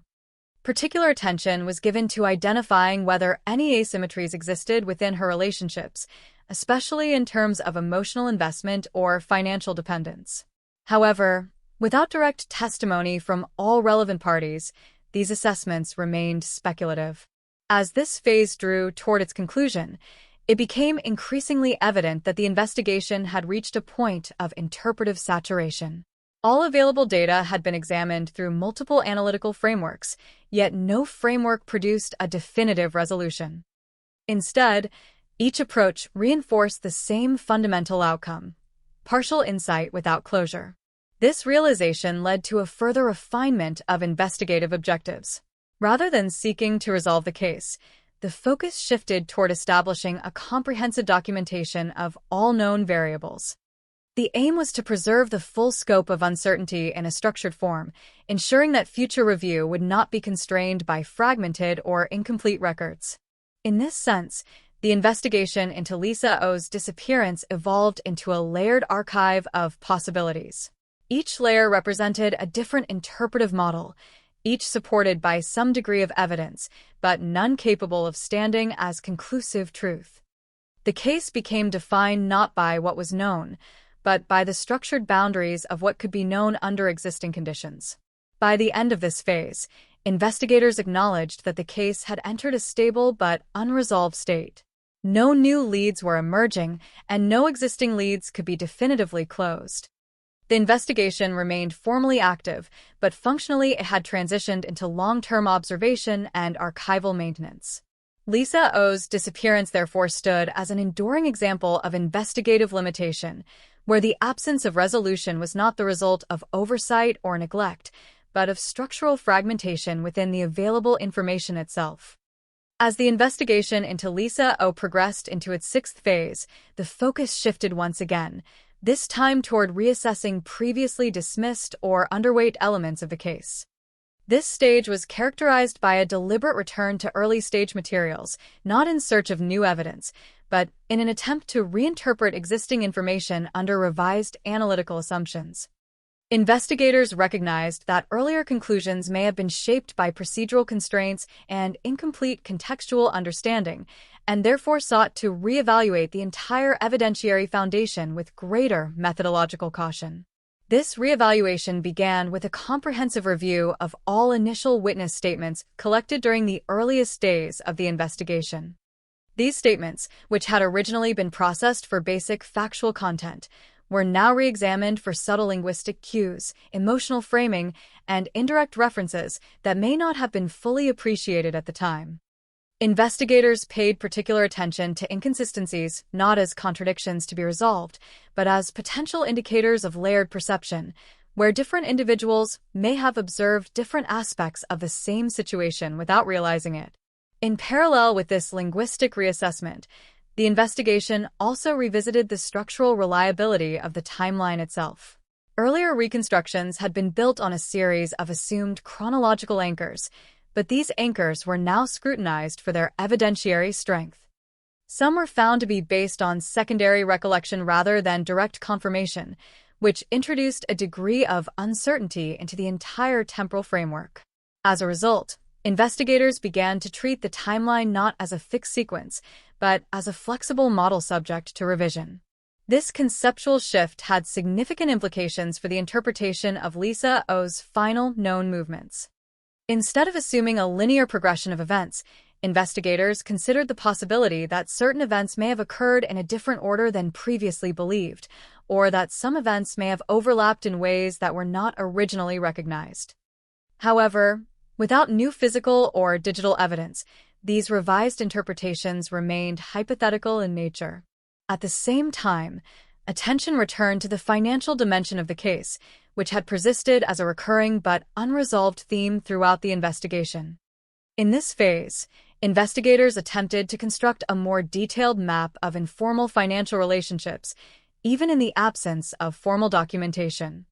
This involved analyzing patterns of repeated social interaction where financial exchanges may have occurred implicitly rather than explicitly, such as shared expenses, informal loans, or unrecorded reimbursements. Despite these efforts, the financial analysis continued to suffer from a lack of quantifiable data. No consistent record-keeping system existed within the social environment under review, and therefore all financial interpretations had to rely on retrospective inference. This made it impossible to distinguish between perceived obligation and actual debt, further complicating the assessment of motive or conflict intensity. Investigators also revisited the emotional context of Lisa O's interpersonal relationships, this time focusing on the possibility of unexpressed or unrecognized tension. Rather than relying solely on explicit statements from witnesses, they examined behavioral descriptions for signs of emotional contradiction, such as simultaneous reports of normal interaction paired with subtle indications of discomfort or avoidance. However, these behavioral interpretations were inherently subjective and varied significantly between sources. One of the key challenges in this phase was the increasing awareness that many of the most important aspects of Lisa O's social environment may have existed below the threshold of formal observation. Relationships that appeared stable on the surface may have contained internal complexities that were never articulated or recorded. This raised the possibility that critical contextual information was permanently inaccessible, not because it was hidden, but because it was never externally expressed in a recoverable form. In response to this realization, investigators expanded their methodological approach to include comparative behavioral analysis. This involved examining similar historical cases where individuals disappeared under ambiguous circumstances involving limited documentation and fragmented social networks. The goal was not to draw direct parallels, but to identify structural patterns that might help interpret incomplete data. However, while such comparative analysis provided conceptual frameworks, it did not yield case-specific conclusions. Another area of renewed focus was the physical environment associated with Lisa O's known movements. Investigators revisited geographic data with enhanced attention to environmental constraints such as visibility, accessibility, and transitional flow between locations. The aim was to determine whether environmental factors could have facilitated or obscured movement in ways not previously considered. Despite this more granular approach, the geographic analysis remained inconclusive, as no singular location emerged as a definitive point of transformation. Communication analysis was also revisited during this phase, particularly with regard to indirect communication channels. Investigators explored the possibility that relevant information may have been transmitted through intermediaries or informal networks rather than direct contact. However, Tracing such indirect pathways proved highly unreliable, as they depended heavily on memory-based reconstruction without supporting records. As these multiple lines of re-examination progressed, a broader structural issue became increasingly apparent. The investigation was not limited by lack of effort or analytical depth, but by the inherent fragmentation of its source material. Each domain of inquiry, financial, emotional, geographical, and communicative, suffered from the same underlying constraint: insufficient continuity. Without continuity, even the most detailed analysis could only produce partial insight. This realization led investigators to adopt a more integrated perspective. Instead of treating each domain independently, they attempted to identify cross-domain correlations that might reveal hidden structures within the fragmented data. For example, they examined whether financial tensions correlated with shifts in communication frequency, or whether emotional instability aligned with changes in physical movement patterns. However, these cross-domain comparisons did not produce statistically or narratively significant patterns. Despite the lack of definitive findings, this phase of the investigation was important in that it clarified the limits of interpretive reconstruction. It demonstrated that the absence of resolution was not due to insufficient analytical frameworks, but due to the absence of a coherent informational substrate upon which such frameworks could reliably operate. As the sixth phase neared its conclusion, investigators began to formally acknowledge that the case had entered a state of analytical stasis. This did not mean that the investigation was closed, but rather that its capacity for generating new insight from existing data had reached a plateau. All known variables had been re-examined, reinterpreted, and cross-referenced, yet no new convergence had emerged. In practical terms, this meant that the investigation had transitioned from active analysis to structural preservation. The focus now included ensuring that all reinterpretations, revised timelines, and alternative hypotheses were carefully documented for future reference. The case file became increasingly layered, reflecting not a single narrative, but a collection of competing interpretations that coexisted without resolution. By the end of this phase, the case of Lisa O stood as a fully developed but fundamentally unresolved investigation. Every available methodological approach had been applied, yet none had succeeded in transforming fragmented data into a unified conclusion. The investigation remained open in form, but closed in function, existing in a state defined by completeness of effort and incompleteness of knowledge. As the investigation into Lisa O moved into its seventh phase, the nature of the work shifted once more, this time toward a systematic audit of investigative assumptions themselves. Rather than focusing on external evidence or witness interpretation, investigators began to examine the internal logic that had guided earlier analytical decisions. This marked a significant methodological transition, as the case was no longer being expanded through new information, but deconstructed through critical reflection on how existing information had been processed.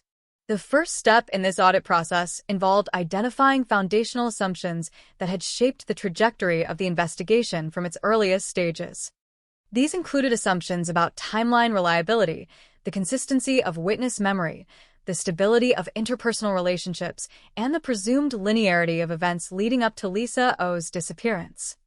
Each of these assumptions had functioned as a structural support for earlier reconstructions, yet none had been independently verified in a way that eliminated uncertainty. Once these assumptions were identified, investigators systematically tested their validity against the available dataset. The results of this exercise revealed that many of the investigative conclusions reached in earlier phases were dependent on interpretive frameworks rather than hard evidence. This did not invalidate the findings entirely, but it did reclassify them as conditional interpretations rather than confirmed facts. As a result, the case file began to reflect a more nuanced hierarchy of certainty, where some elements were marked as established, others as probable, and many as speculative. One of the most significant outcomes of this reassessment was the recognition that temporal reconstruction had played an outsized role in shaping the overall narrative of the case. The assumption that events occurred in a linear and sequential manner had guided much of the early investigative structure. However, upon closer inspection, it became clear that this linearity was constructed rather than observed. It was a framework imposed to make fragmented information intelligible, rather than a direct reflection of how events actually unfolded. This realization prompted investigators to reconsider the possibility of nonlinear event clustering, where multiple interactions or developments may have occurred in overlapping or indistinct timeframes. While this concept offered a theoretical alternative to the existing timeline, it also introduced additional complexity, as it reduced the ability to assign causality or sequence with confidence. Without precise temporal anchors, the distinction between cause and effect became increasingly difficult to maintain. At the same time, investigators revisited the reliability of emotional interpretation within the case. Earlier phases had incorporated witness impressions of Lisa O's emotional state, often using these impressions to infer potential stress, conflict, or instability. However, in this phase, such interpretations were re-evaluated as secondary observations rather than primary evidence. Investigators recognized that emotional perception is inherently filtered through the observer's subjective framework, which means that different individuals may interpret the same behavior in fundamentally different ways. This led to a more cautious approach in which emotional descriptors were no longer treated as indicators of causation, but rather as contextual signals that required corroboration. However, because corroboration was limited or absent in most cases, the emotional dimension of the investigation became more ambiguous than before. Rather than clarifying motive or intent, it now contributed primarily to the overall uncertainty of the case. Financial analysis underwent a similar reassessment. Previously treated as a potential motive structure, financial interactions were now reclassified as unverified relational variables. Investigators acknowledged that while financial tension may have existed, there was no reliable framework for determining its intensity, duration, or direct relevance to the disappearance. The absence of transactional records meant that financial interpretation remained speculative and could not be used as a stable explanatory foundation. In addition to reassessing content, investigators also examined procedural dynamics within the investigation itself. This included reviewing how decisions were made regarding prioritization of leads, allocation of investigative resources, and interpretation of conflicting testimonies.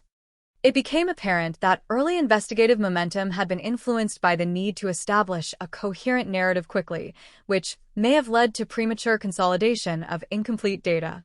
This procedural reflection did not suggest misconduct or error, but rather highlighted the natural pressure within missing person investigations to construct provisional narratives under conditions of uncertainty.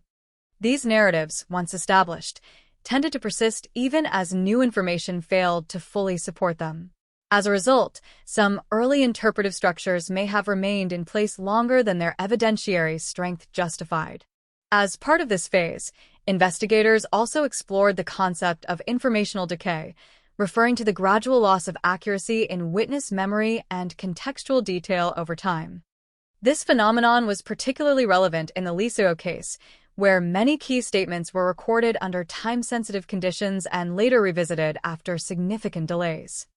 The reassessment revealed that some details had shifted subtly between initial and later counts, not necessarily due to intentional alteration, but due to the natural reconstruction of memory over time. This recognition further complicated efforts to establish a stable evidentiary baseline. If both original and later testimonies contained elements of uncertainty, then the distinction between primary and secondary reliability became less clear. Investigators were therefore forced to treat all testimonial data as temporally sensitive, rather than inherently stable. Another important development during this phase was the formal acknowledgement of interpretive saturation. This concept described a condition in which all available data had been exhaustively analyzed through multiple frameworks without yielding additional clarity. In the context of the Lisa O investigation, interpretive saturation meant that further analytical effort was unlikely to produce new insights unless new external information emerged. This acknowledgement had significant implications for the future direction of the case. It suggested that continued analysis of existing materials would primarily result in reinterpretation rather than discovery. As a result, The investigative focus began to shift toward documentation integrity, ensuring that all existing interpretations, revisions, and alternative models were accurately preserved for future reference. By the end of this phase, the investigation had reached a critical point of self-awareness. It was no longer solely concerned with reconstructing events, but with understanding the limitations of reconstruction itself. The case had become as much an examination of investigative methodology as it was an attempt to explain a disappearance. Lisa O's case at this stage existed in a state of structured uncertainty. Every major dimension, temporal, emotional, financial, and relational, had been analyzed, reanalyzed, and reframed. Yet none had yielded a definitive resolution. The investigation remained open in principle, but functionally it had transitioned into a permanent state of analytical reflection, defined not by what could be concluded, but by what could never be fully confirmed under the constraints of available information. As the investigation into Lisa O entered its 8th phase, the focus shifted from internal methodological review to a broader attempt at external contextual reconstruction. Investigators began to explore the wider social and environmental framework surrounding the case, not by re-examining known relationships in isolation, but by situating those relationships within the broader structure of the community in which Lisa O lived. The objective was to determine whether patterns of interaction at the community level could reveal indirect influences or contextual pressures that had not been visible in earlier, more narrowly focused analyses. This phase began with a comprehensive mapping of social connectivity. Investigators attempted to reconstruct the network of relationships that connected Lisa O not only to her immediate acquaintances, but also to secondary and tertiary contacts. This included individuals who may not have interacted with her directly, but who shared overlapping social environments, workplaces, or routine gathering spaces. The intention was to identify whether there were any structural clusters within this network that could help explain the dynamics observed in earlier phases of the investigation. However, as this network mapping progressed, it became clear that the available data was highly uneven. Some relationships were well documented and supported by multiple independent accounts, while others existed only as single reference interactions with limited corroboration. This imbalance made it difficult to assign consistent weight to different nodes within the reconstructed network. As a result, the social map remained incomplete, with certain areas densely detailed and others largely undefined. Despite these limitations, the network analysis did reveal one consistent pattern: the presence of loosely connected social circles that overlapped intermittently rather than forming a cohesive structure. Lisa O appeared to move between these circles in a fluid manner, without being anchored exclusively to any single group. While this flexibility suggested social adaptability, it also meant that her interactions were dispersed across multiple contexts, making it more difficult to identify stable relational patterns. Investigators considered whether this dispersed social structure may have contributed to the difficulty in reconstructing her final movements. In a tightly connected network, information tends to converge more reliably as multiple individuals can corroborate shared events. In a more fragmented network, however, information remains isolated within smaller clusters, reducing the likelihood of cross-verification. This structural characteristic may have played a role in the persistent inconsistencies observed in witness testimony. At the same time, investigators expanded their analysis of environmental factors beyond immediate geography. They examined broader spatial dynamics such as transportation routes, habitual movement corridors, and transitional zones between frequently visited locations. The goal was to understand whether Lisa O's movement patterns followed predictable structures or whether they exhibited variability that might complicate reconstruction efforts. The analysis suggested a moderate level of routine in her movements, but not enough to establish a fully predictable pattern. Certain locations appeared with regular frequency, indicating habitual engagement, but the transitions between these locations lacked sufficient documentation to form a complete behavioral map. This partial predictability created a situation where some aspects of her movement could be anticipated, while others remained entirely opaque. Investigators also revisited the possibility of environmental interruption points, areas where movement could have been altered, delayed, or redirected due to external conditions. These included densely populated areas, low visibility routes, and informal meeting spaces where unrecorded interactions might occur. However, without corroborating evidence, these remained theoretical zones of interest rather than confirmed sites of relevance. In parallel with spatial analysis, the investigation also returned to a more detailed examination of temporal fragmentation. Rather than focusing on the sequence of events, investigators began to analyze the density of information across different time intervals. Some periods contained relatively rich informational content, while others were nearly devoid of reliable data. This uneven distribution created temporal gaps that could not be filled through interpolation without introducing significant speculation. These gaps became a central concern in this phase of the investigation. Unlike earlier phases, where gaps were treated as missing segments in an otherwise continuous timeline, they were now viewed as potential structural features of the case itself. Investigators consider the possibility that these gaps might not simply represent lost information, but could reflect periods of limited observable activity or unrecorded transitions between social states. Financial context was also re-examined, but this time within a broader systemic framework. Instead of focusing on individual transactions or disputes, investigators analyzed financial behavior as part of a larger pattern of informal economic interaction. This included examining how resources may have been shared, exchanged, or implied within social relationships without formal documentation. However, due to the inherently informal nature of these interactions, the analysis remained speculative and could not produce measurable conclusions. As the investigation deepened, attention shifted toward the concept of informational asymmetry. This referred to the uneven distribution of knowledge among individuals connected to Lisa O, where different people possessed partial, but non-overlapping pieces of information. In theory, assembling these fragments could produce a complete picture, but in practice, the lack of overlap between accounts prevented effective synthesis. Each individual narrative existed in isolation, with limited points of convergence. Investigators attempted to address this issue through structured comparison of overlapping testimonies, but the results remained inconclusive. While certain thematic similarities emerged, such as general references to social engagement or financial discussion, these similarities were too broad to support specific reconstruction. The lack of granular alignment between accounts reinforced the fragmented nature of the overall dataset. Another important development in this phase was the increasing recognition of interpretive redundancy. Investigators observed that many analytical approaches were producing similar conclusions despite using different methodological frameworks. Whether the analysis focused on geography, relationships, or communication patterns, the outcome consistently returned to the same fundamental issue: insufficient continuity in the underlying data. This redundancy did not indicate analytical failure, but rather confirmed a structural limitation within the case itself. It suggested that the available information had reached a saturation point where additional reinterpretation would not significantly alter the overall understanding of events.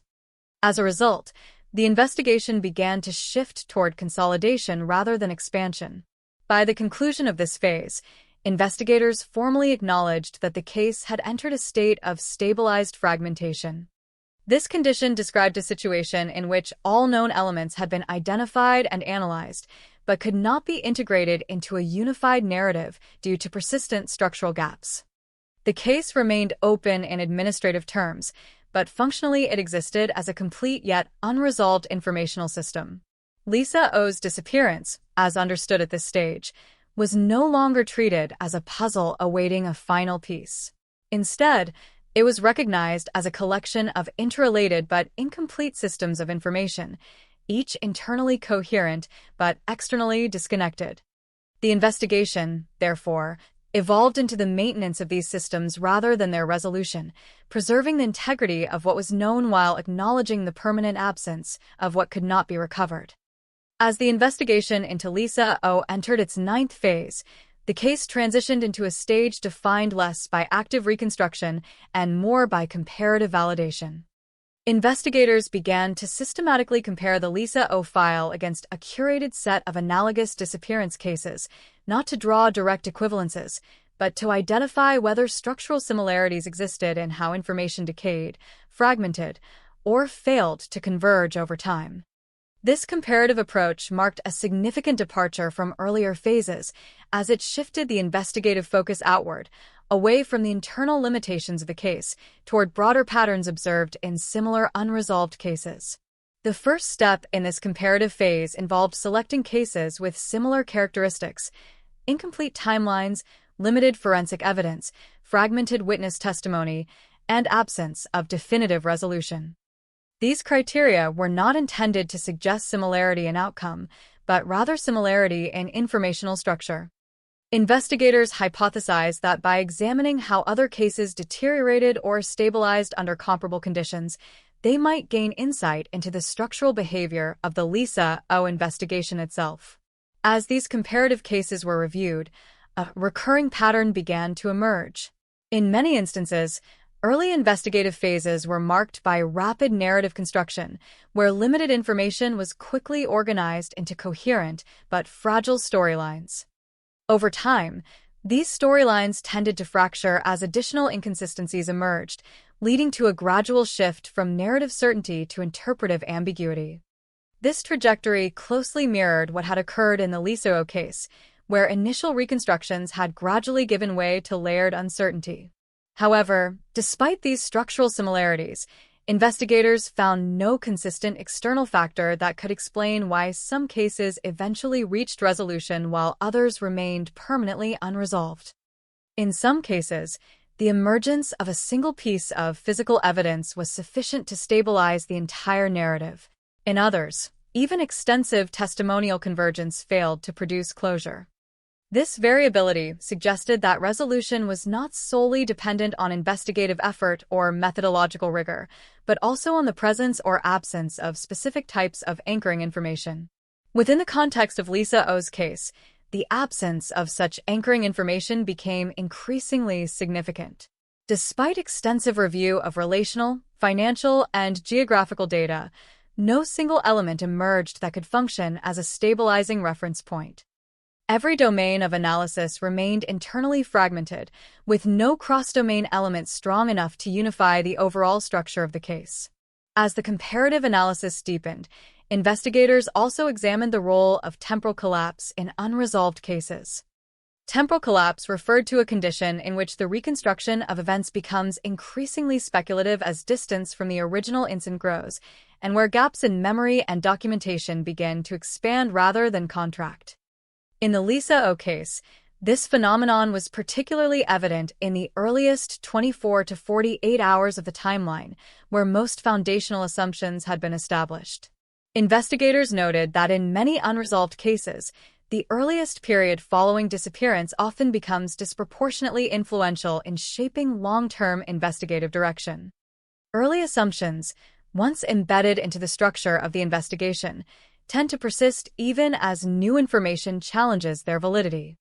In the Lisa O case, this dynamic was carefully re-examined, revealing that certain early interpretations may have functioned as enduring structural frameworks rather than provisional hypotheses. This realization led to a reassessment of how investigative momentum itself can shape perception. Investigators acknowledged that the need to act quickly in the early stages of a missing person case often results in the creation of preliminary narratives designed to guide action. While necessary for operational purposes, these narratives can inadvertently constrain later analysis by establishing interpretive boundaries that are difficult to revise without introducing systemic inconsistency. In parallel with this meta-analysis of investigative structure, the case file was subjected to a full integrity review.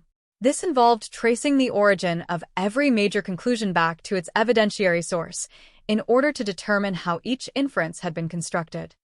The goal was not to disprove earlier findings, but to understand the degree of dependency each finding had on direct evidence versus interpretive extension. The results of this review revealed a high degree of interpretive layering. Many conclusions in the case were not derived from single pieces of evidence, but from chains of inference that linked multiple partial observations. While this approach is standard in complex investigations, it also increases vulnerability to compounding uncertainty, where small uncertainties accumulate across multiple layers of reasoning, eventually producing large-scale ambiguity. Investigators then turn their attention to the concept of narrative convergence failure. This term described the inability of multiple investigative threads to align into a single coherent storyline, even when all available data has been exhaustively analyzed. In the Lisa O case, narrative convergence failure was identified as a defining characteristic. Each investigative domain, social, financial, geographical, and communicative, produced internally plausible interpretations, but none of these interpretations aligned sufficiently with the others to produce a unified explanation. This lack of convergence was not attributed to contradiction between data points, but rather to the absence of shared structural anchors. Without shared anchors, each domain developed independently, resulting in parallel narratives that did not intersect in a meaningful way. Investigators concluded that this structural isolation was one of the primary reasons the case resisted resolution. As part of the comparative study, investigators also examined cases where late-stage breakthroughs occurred after long periods of stagnation. These breakthroughs were typically triggered by external interventions such as new witness testimony, technological advances in forensic analysis, or accidental discovery of previously overlooked evidence. However, in the Liseo case, no such external triggers were present and no new evidentiary pathways had emerged despite extensive review. This absence reinforced the classification of the case as structurally static. Structural staticity, in this context, referred to a condition in which all available investigative pathways have been fully explored without generating new informational branches. In such cases, further analysis tends to recycle existing interpretations rather than generate novel insights. Despite this, investigators emphasize that structural staticity did not equate to investigative failure. Instead, it represented a boundary condition of knowledge, where the limits of available data define the limits of possible understanding. The Lisa O case, therefore, became an example of an investigation constrained not by lack of effort, but by the finite nature of reconstructible information. Toward the end of this phase, investigators consolidated their findings into a comprehensive comparative framework. This framework positioned the Lisa O case within a broader category of structurally unresolved cases characterized by fragmentation, non-convergent narratives, and absence of anchoring evidence. Within this category, the case was identified as particularly stable in its instability, meaning that its unresolved status had remained consistent over time without significant structural change. This observation led to a final analytical reflection that some investigations do not evolve toward resolution or closure, but instead stabilize into permanent states of interpretive plurality. In such cases, the goal of investigation shifts from solving to understanding the architecture of unsolvability itself. By the conclusion of the 9th phase, the Lisa O investigation had fully transitioned into this category. It was no longer defined by the pursuit of a missing outcome, but by the detailed mapping of its own limitations. The case remained open in principle, but in practice it existed as a fully examined system of incomplete knowledge, permanently suspended between what was known and what could never be definitively recovered.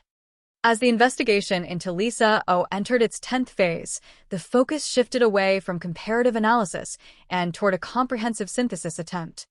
After multiple phases of fragmentation analysis, methodological reassessment, and cross-case comparison, investigators made one final effort to integrate all available information into a unified interpretive model. This phase was not driven by the expectation of discovery, but by the necessity of testing whether synthesis itself remained possible under the accumulated constraints of the case. The synthesis process began with the consolidation of all previously established analytical domains. These included relational mapping, financial interpretation, temporal reconstruction, geographical analysis, and communicative behavior modeling. Each domain had been independently refined across earlier phases, but they had never been fully integrated into a single system. The goal of this phase was to determine whether such integration could produce a coherent macro-narrative, even if that narrative remained partially speculative. Investigators first attempted to align the temporal framework with the relational network. This involved mapping known interactions onto a reconstructed timeline with the aim of identifying sequential dependencies between social contact and behavioral change. However, this alignment immediately encountered structural difficulties.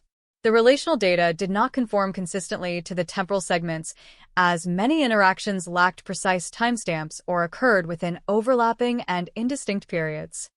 As a result, the attempted synchronization produced a partially aligned structure with significant residual gaps.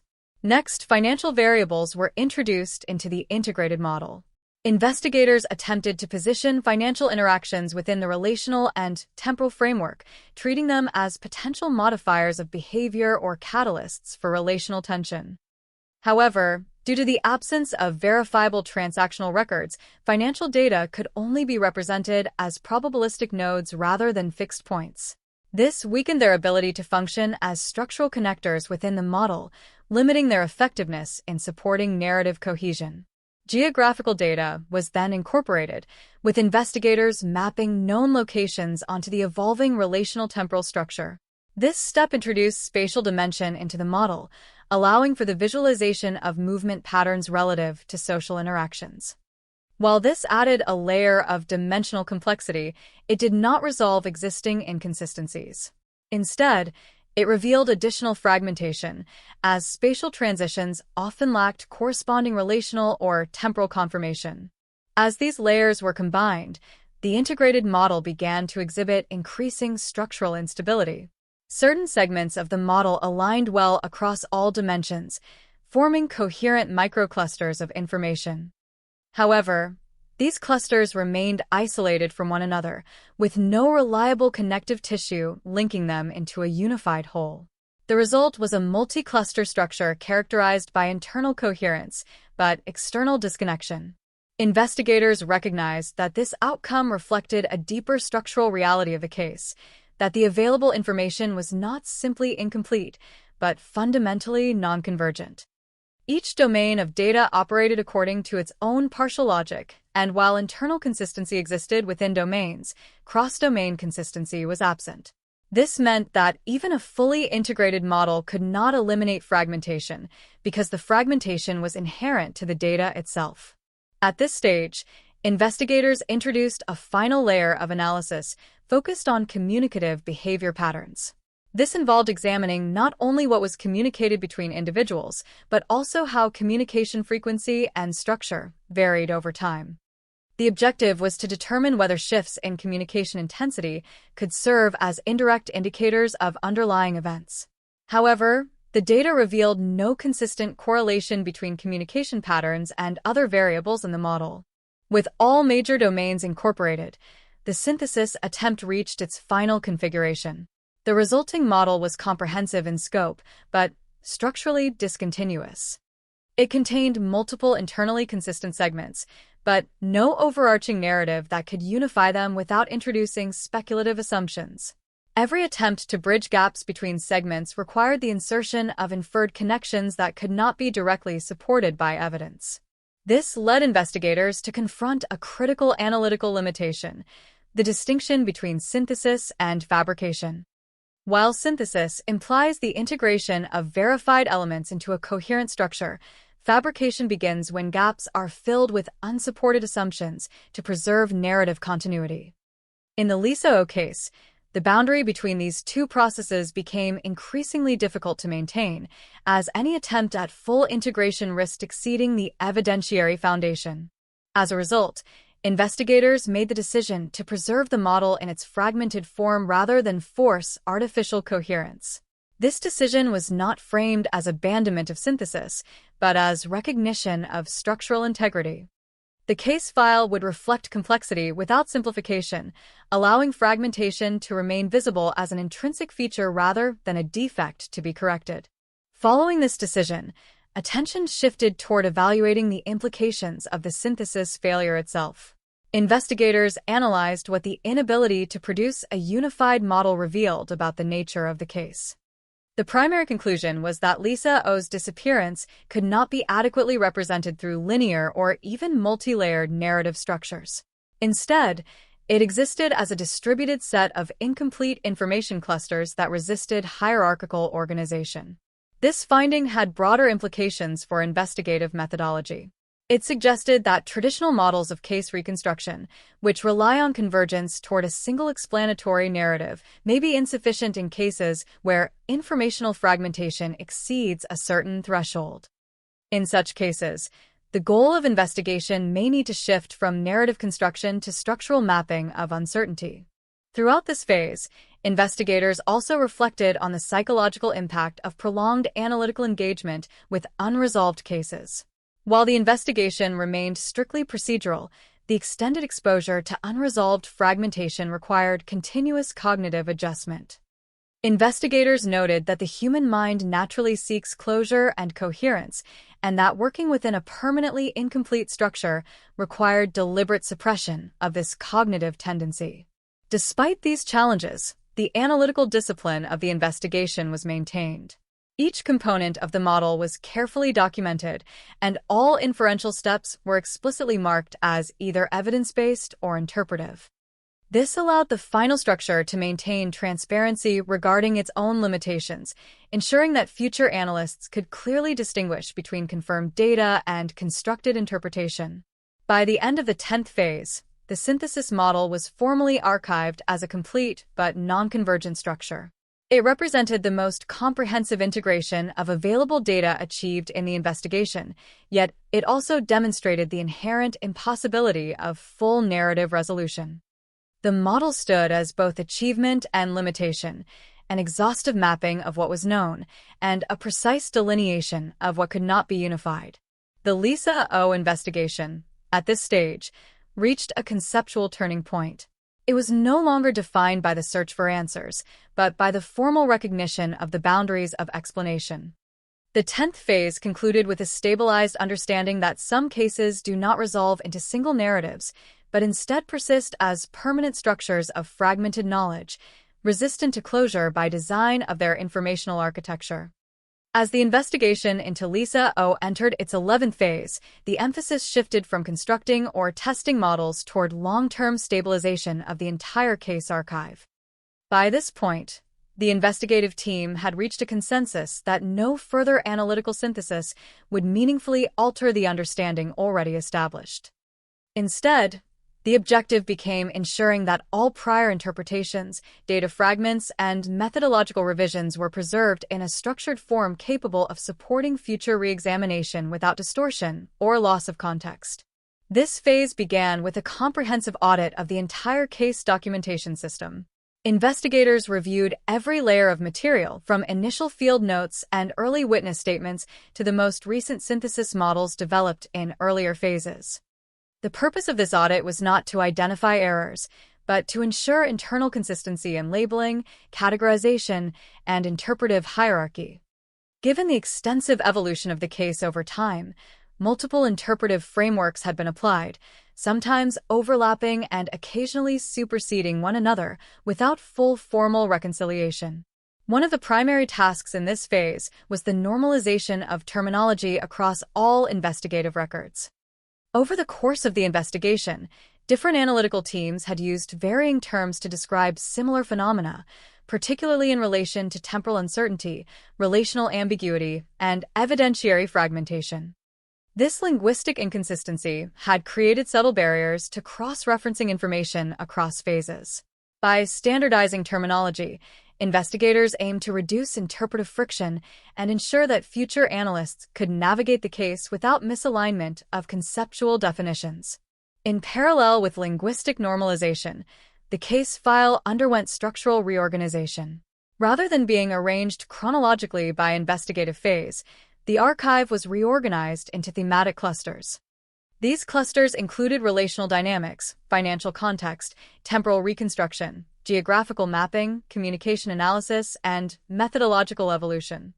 Each cluster contained all relevant materials from across the entire investigation, allowing for domain-specific review without requiring traversal through the case's historical progression. This restructuring revealed a previously underappreciated aspect of the case: the degree to which interpretive focus had shifted over time between different domains. Early phases had emphasized relational and temporal reconstruction, while later phases increasingly focused on methodological critique and structural comparison.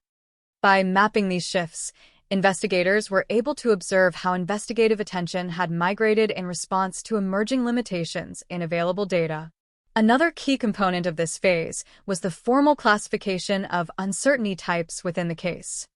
Investigators distinguished between three primary categories of uncertainty: evidentiary uncertainty, where information was missing or unverified; interpretive uncertainty, where information existed but could support multiple explanations; and structural uncertainty, where the relationships between data points could not be reliably established. In the Lisa O case, structural uncertainty was found to be the most dominant category, indicating that the primary limitation was not absence of data, but absence of connective coherence between data elements. This classification allowed investigators to better articulate why previous attempts at synthesis had failed. It was not simply that information was incomplete, but that the informational architecture lacked stable relational anchors. Without such anchors, even extensive datasets could not be transformed into a unified explanatory model. This insight reinforced earlier conclusions from the synthesis phase, but now provided a more formalized conceptual framework for understanding the nature of the case. As part of the stabilization effort, investigators also created a layered interpretive index. This index organized all major conclusions into hierarchical levels based on evidentiary strength. Level 1 contained directly supported factual observations, such as confirmed interactions and verified movements. Level 2 included strongly inferred conclusions supported by multiple independent sources. Level 3 contained plausible but unverified interpretations, and Level 4 contained speculative models developed during synthesis attempts.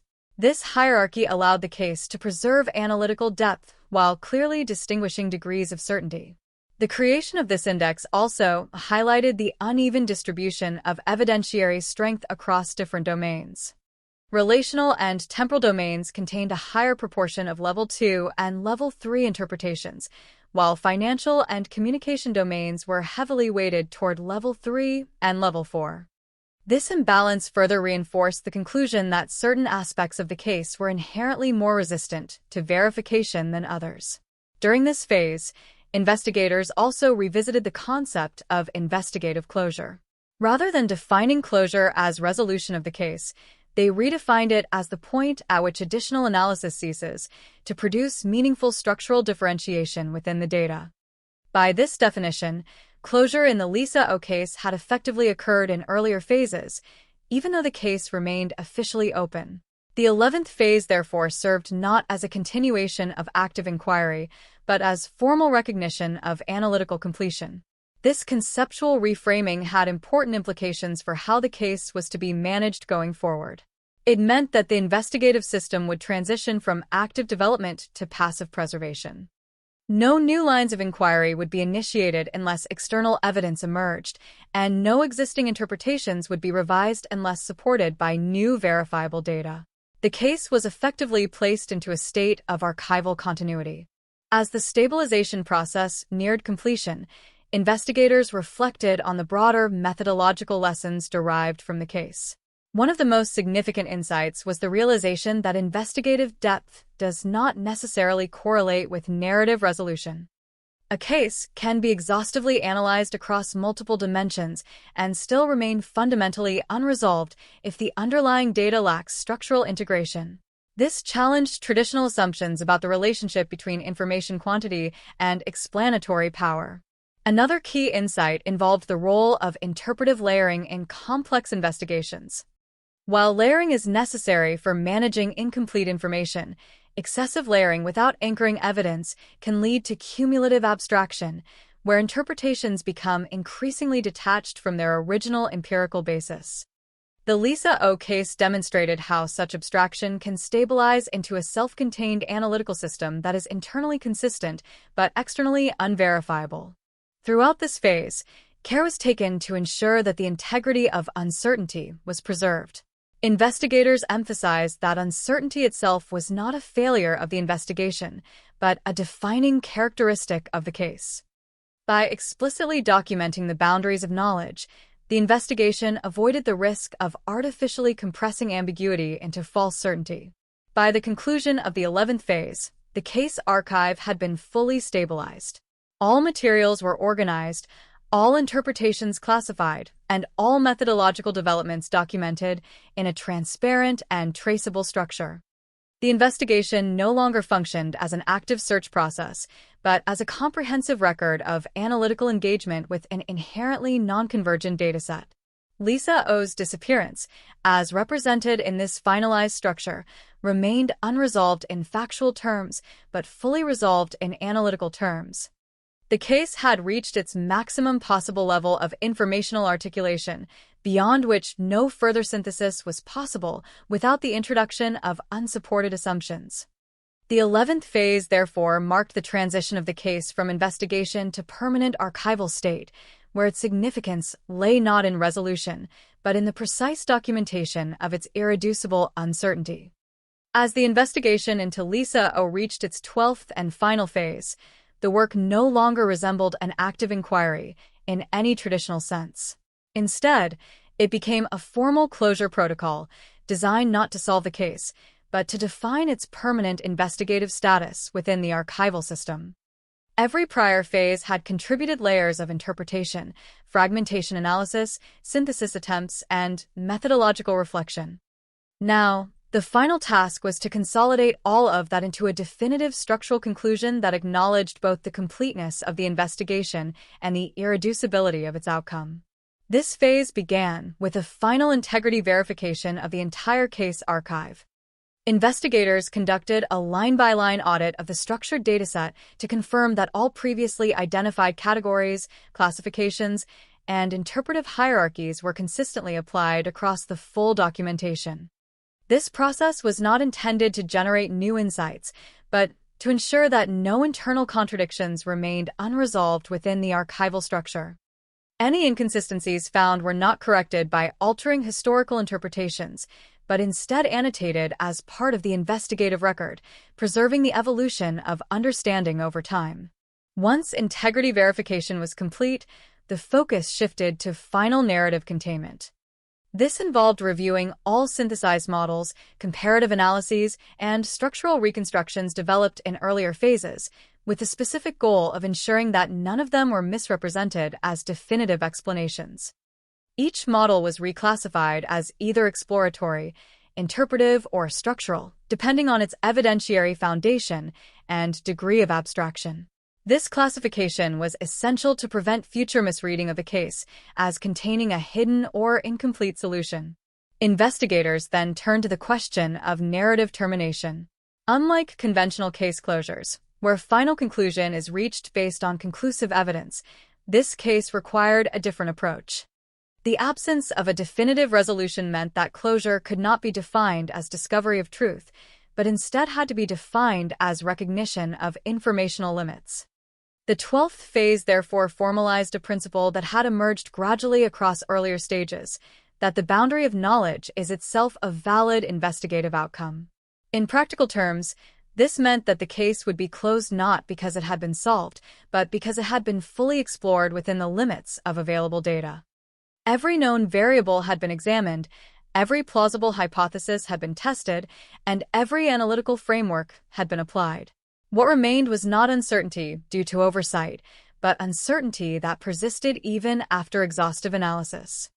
This distinction was critical, as it redefined closure as completeness of process rather than completeness of explanation.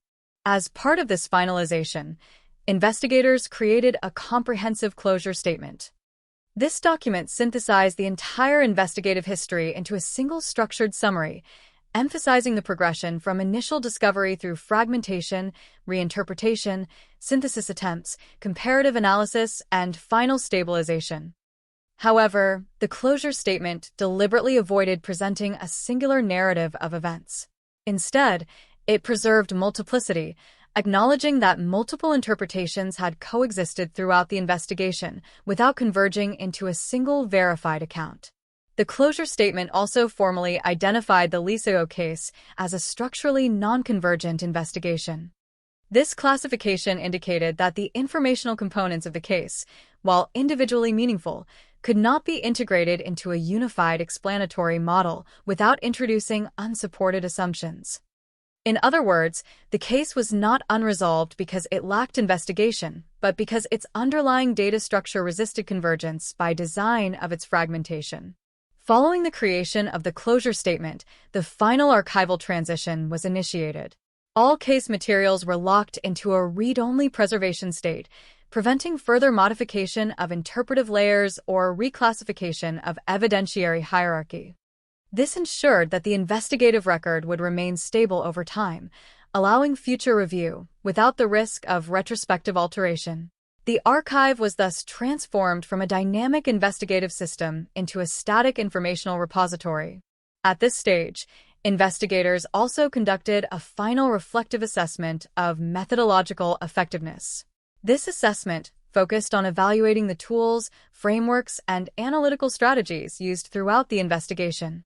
One of the key findings was that traditional investigative methodologies, which rely on convergence toward a singular narrative, were insufficient for cases characterized by high fragmentation and low evidentiary density. The Lisa O case demonstrated that in such environments, investigative success must be redefined not as resolution, but as structural comprehension. Another important conclusion from this assessment was the recognition that prolonged exposure to non-convergent data requires adaptive cognitive frameworks. Investigators noted that maintaining analytical clarity in the absence of resolution demanded a shift away from narrative expectation and towards systems-based thinking.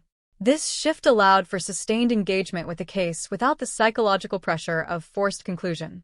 The final phase also included the documentation of residual unknowns. Rather than attempting to eliminate uncertainty, investigators explicitly cataloged all remaining unknown elements within the case. These included unresolved temporal gaps, unverified relational dynamics, incomplete financial context, and non-reconstructible communication sequences. Each unknown was recorded not as a deficiency, but as a stable feature of the case's informational structure. By formally documenting these residual unknowns, the investigation ensured that future analysts would have a clear understanding of the case's inherent limitations. This approach also prevented the reinterpretation of absence as oversight, reinforcing the principle that missing information is not always recoverable through additional analysis. As the 12th phase drew to a close, the Lisa O investigation reached its final state of conceptual equilibrium. The case was no longer an active inquiry nor a developing analytical model. It had become a fully articulated structure of knowledge and uncertainty, preserved in its entirety without simplification or forced resolution. Every layer of interpretation remained intact, but none claimed final authority over the meaning of the case. The final conclusion of the investigation was therefore not a solution, but a definition. Lisa O's disappearance remained factually unresolved, but analytically complete. The case existed as a fully mapped but non-convergent system, demonstrating the limits of reconstruction in the absence of unifying evidence. In its final form, the investigation stood as a permanent record of both what was known and what could never be definitively known, preserved together in a single enduring archival structure.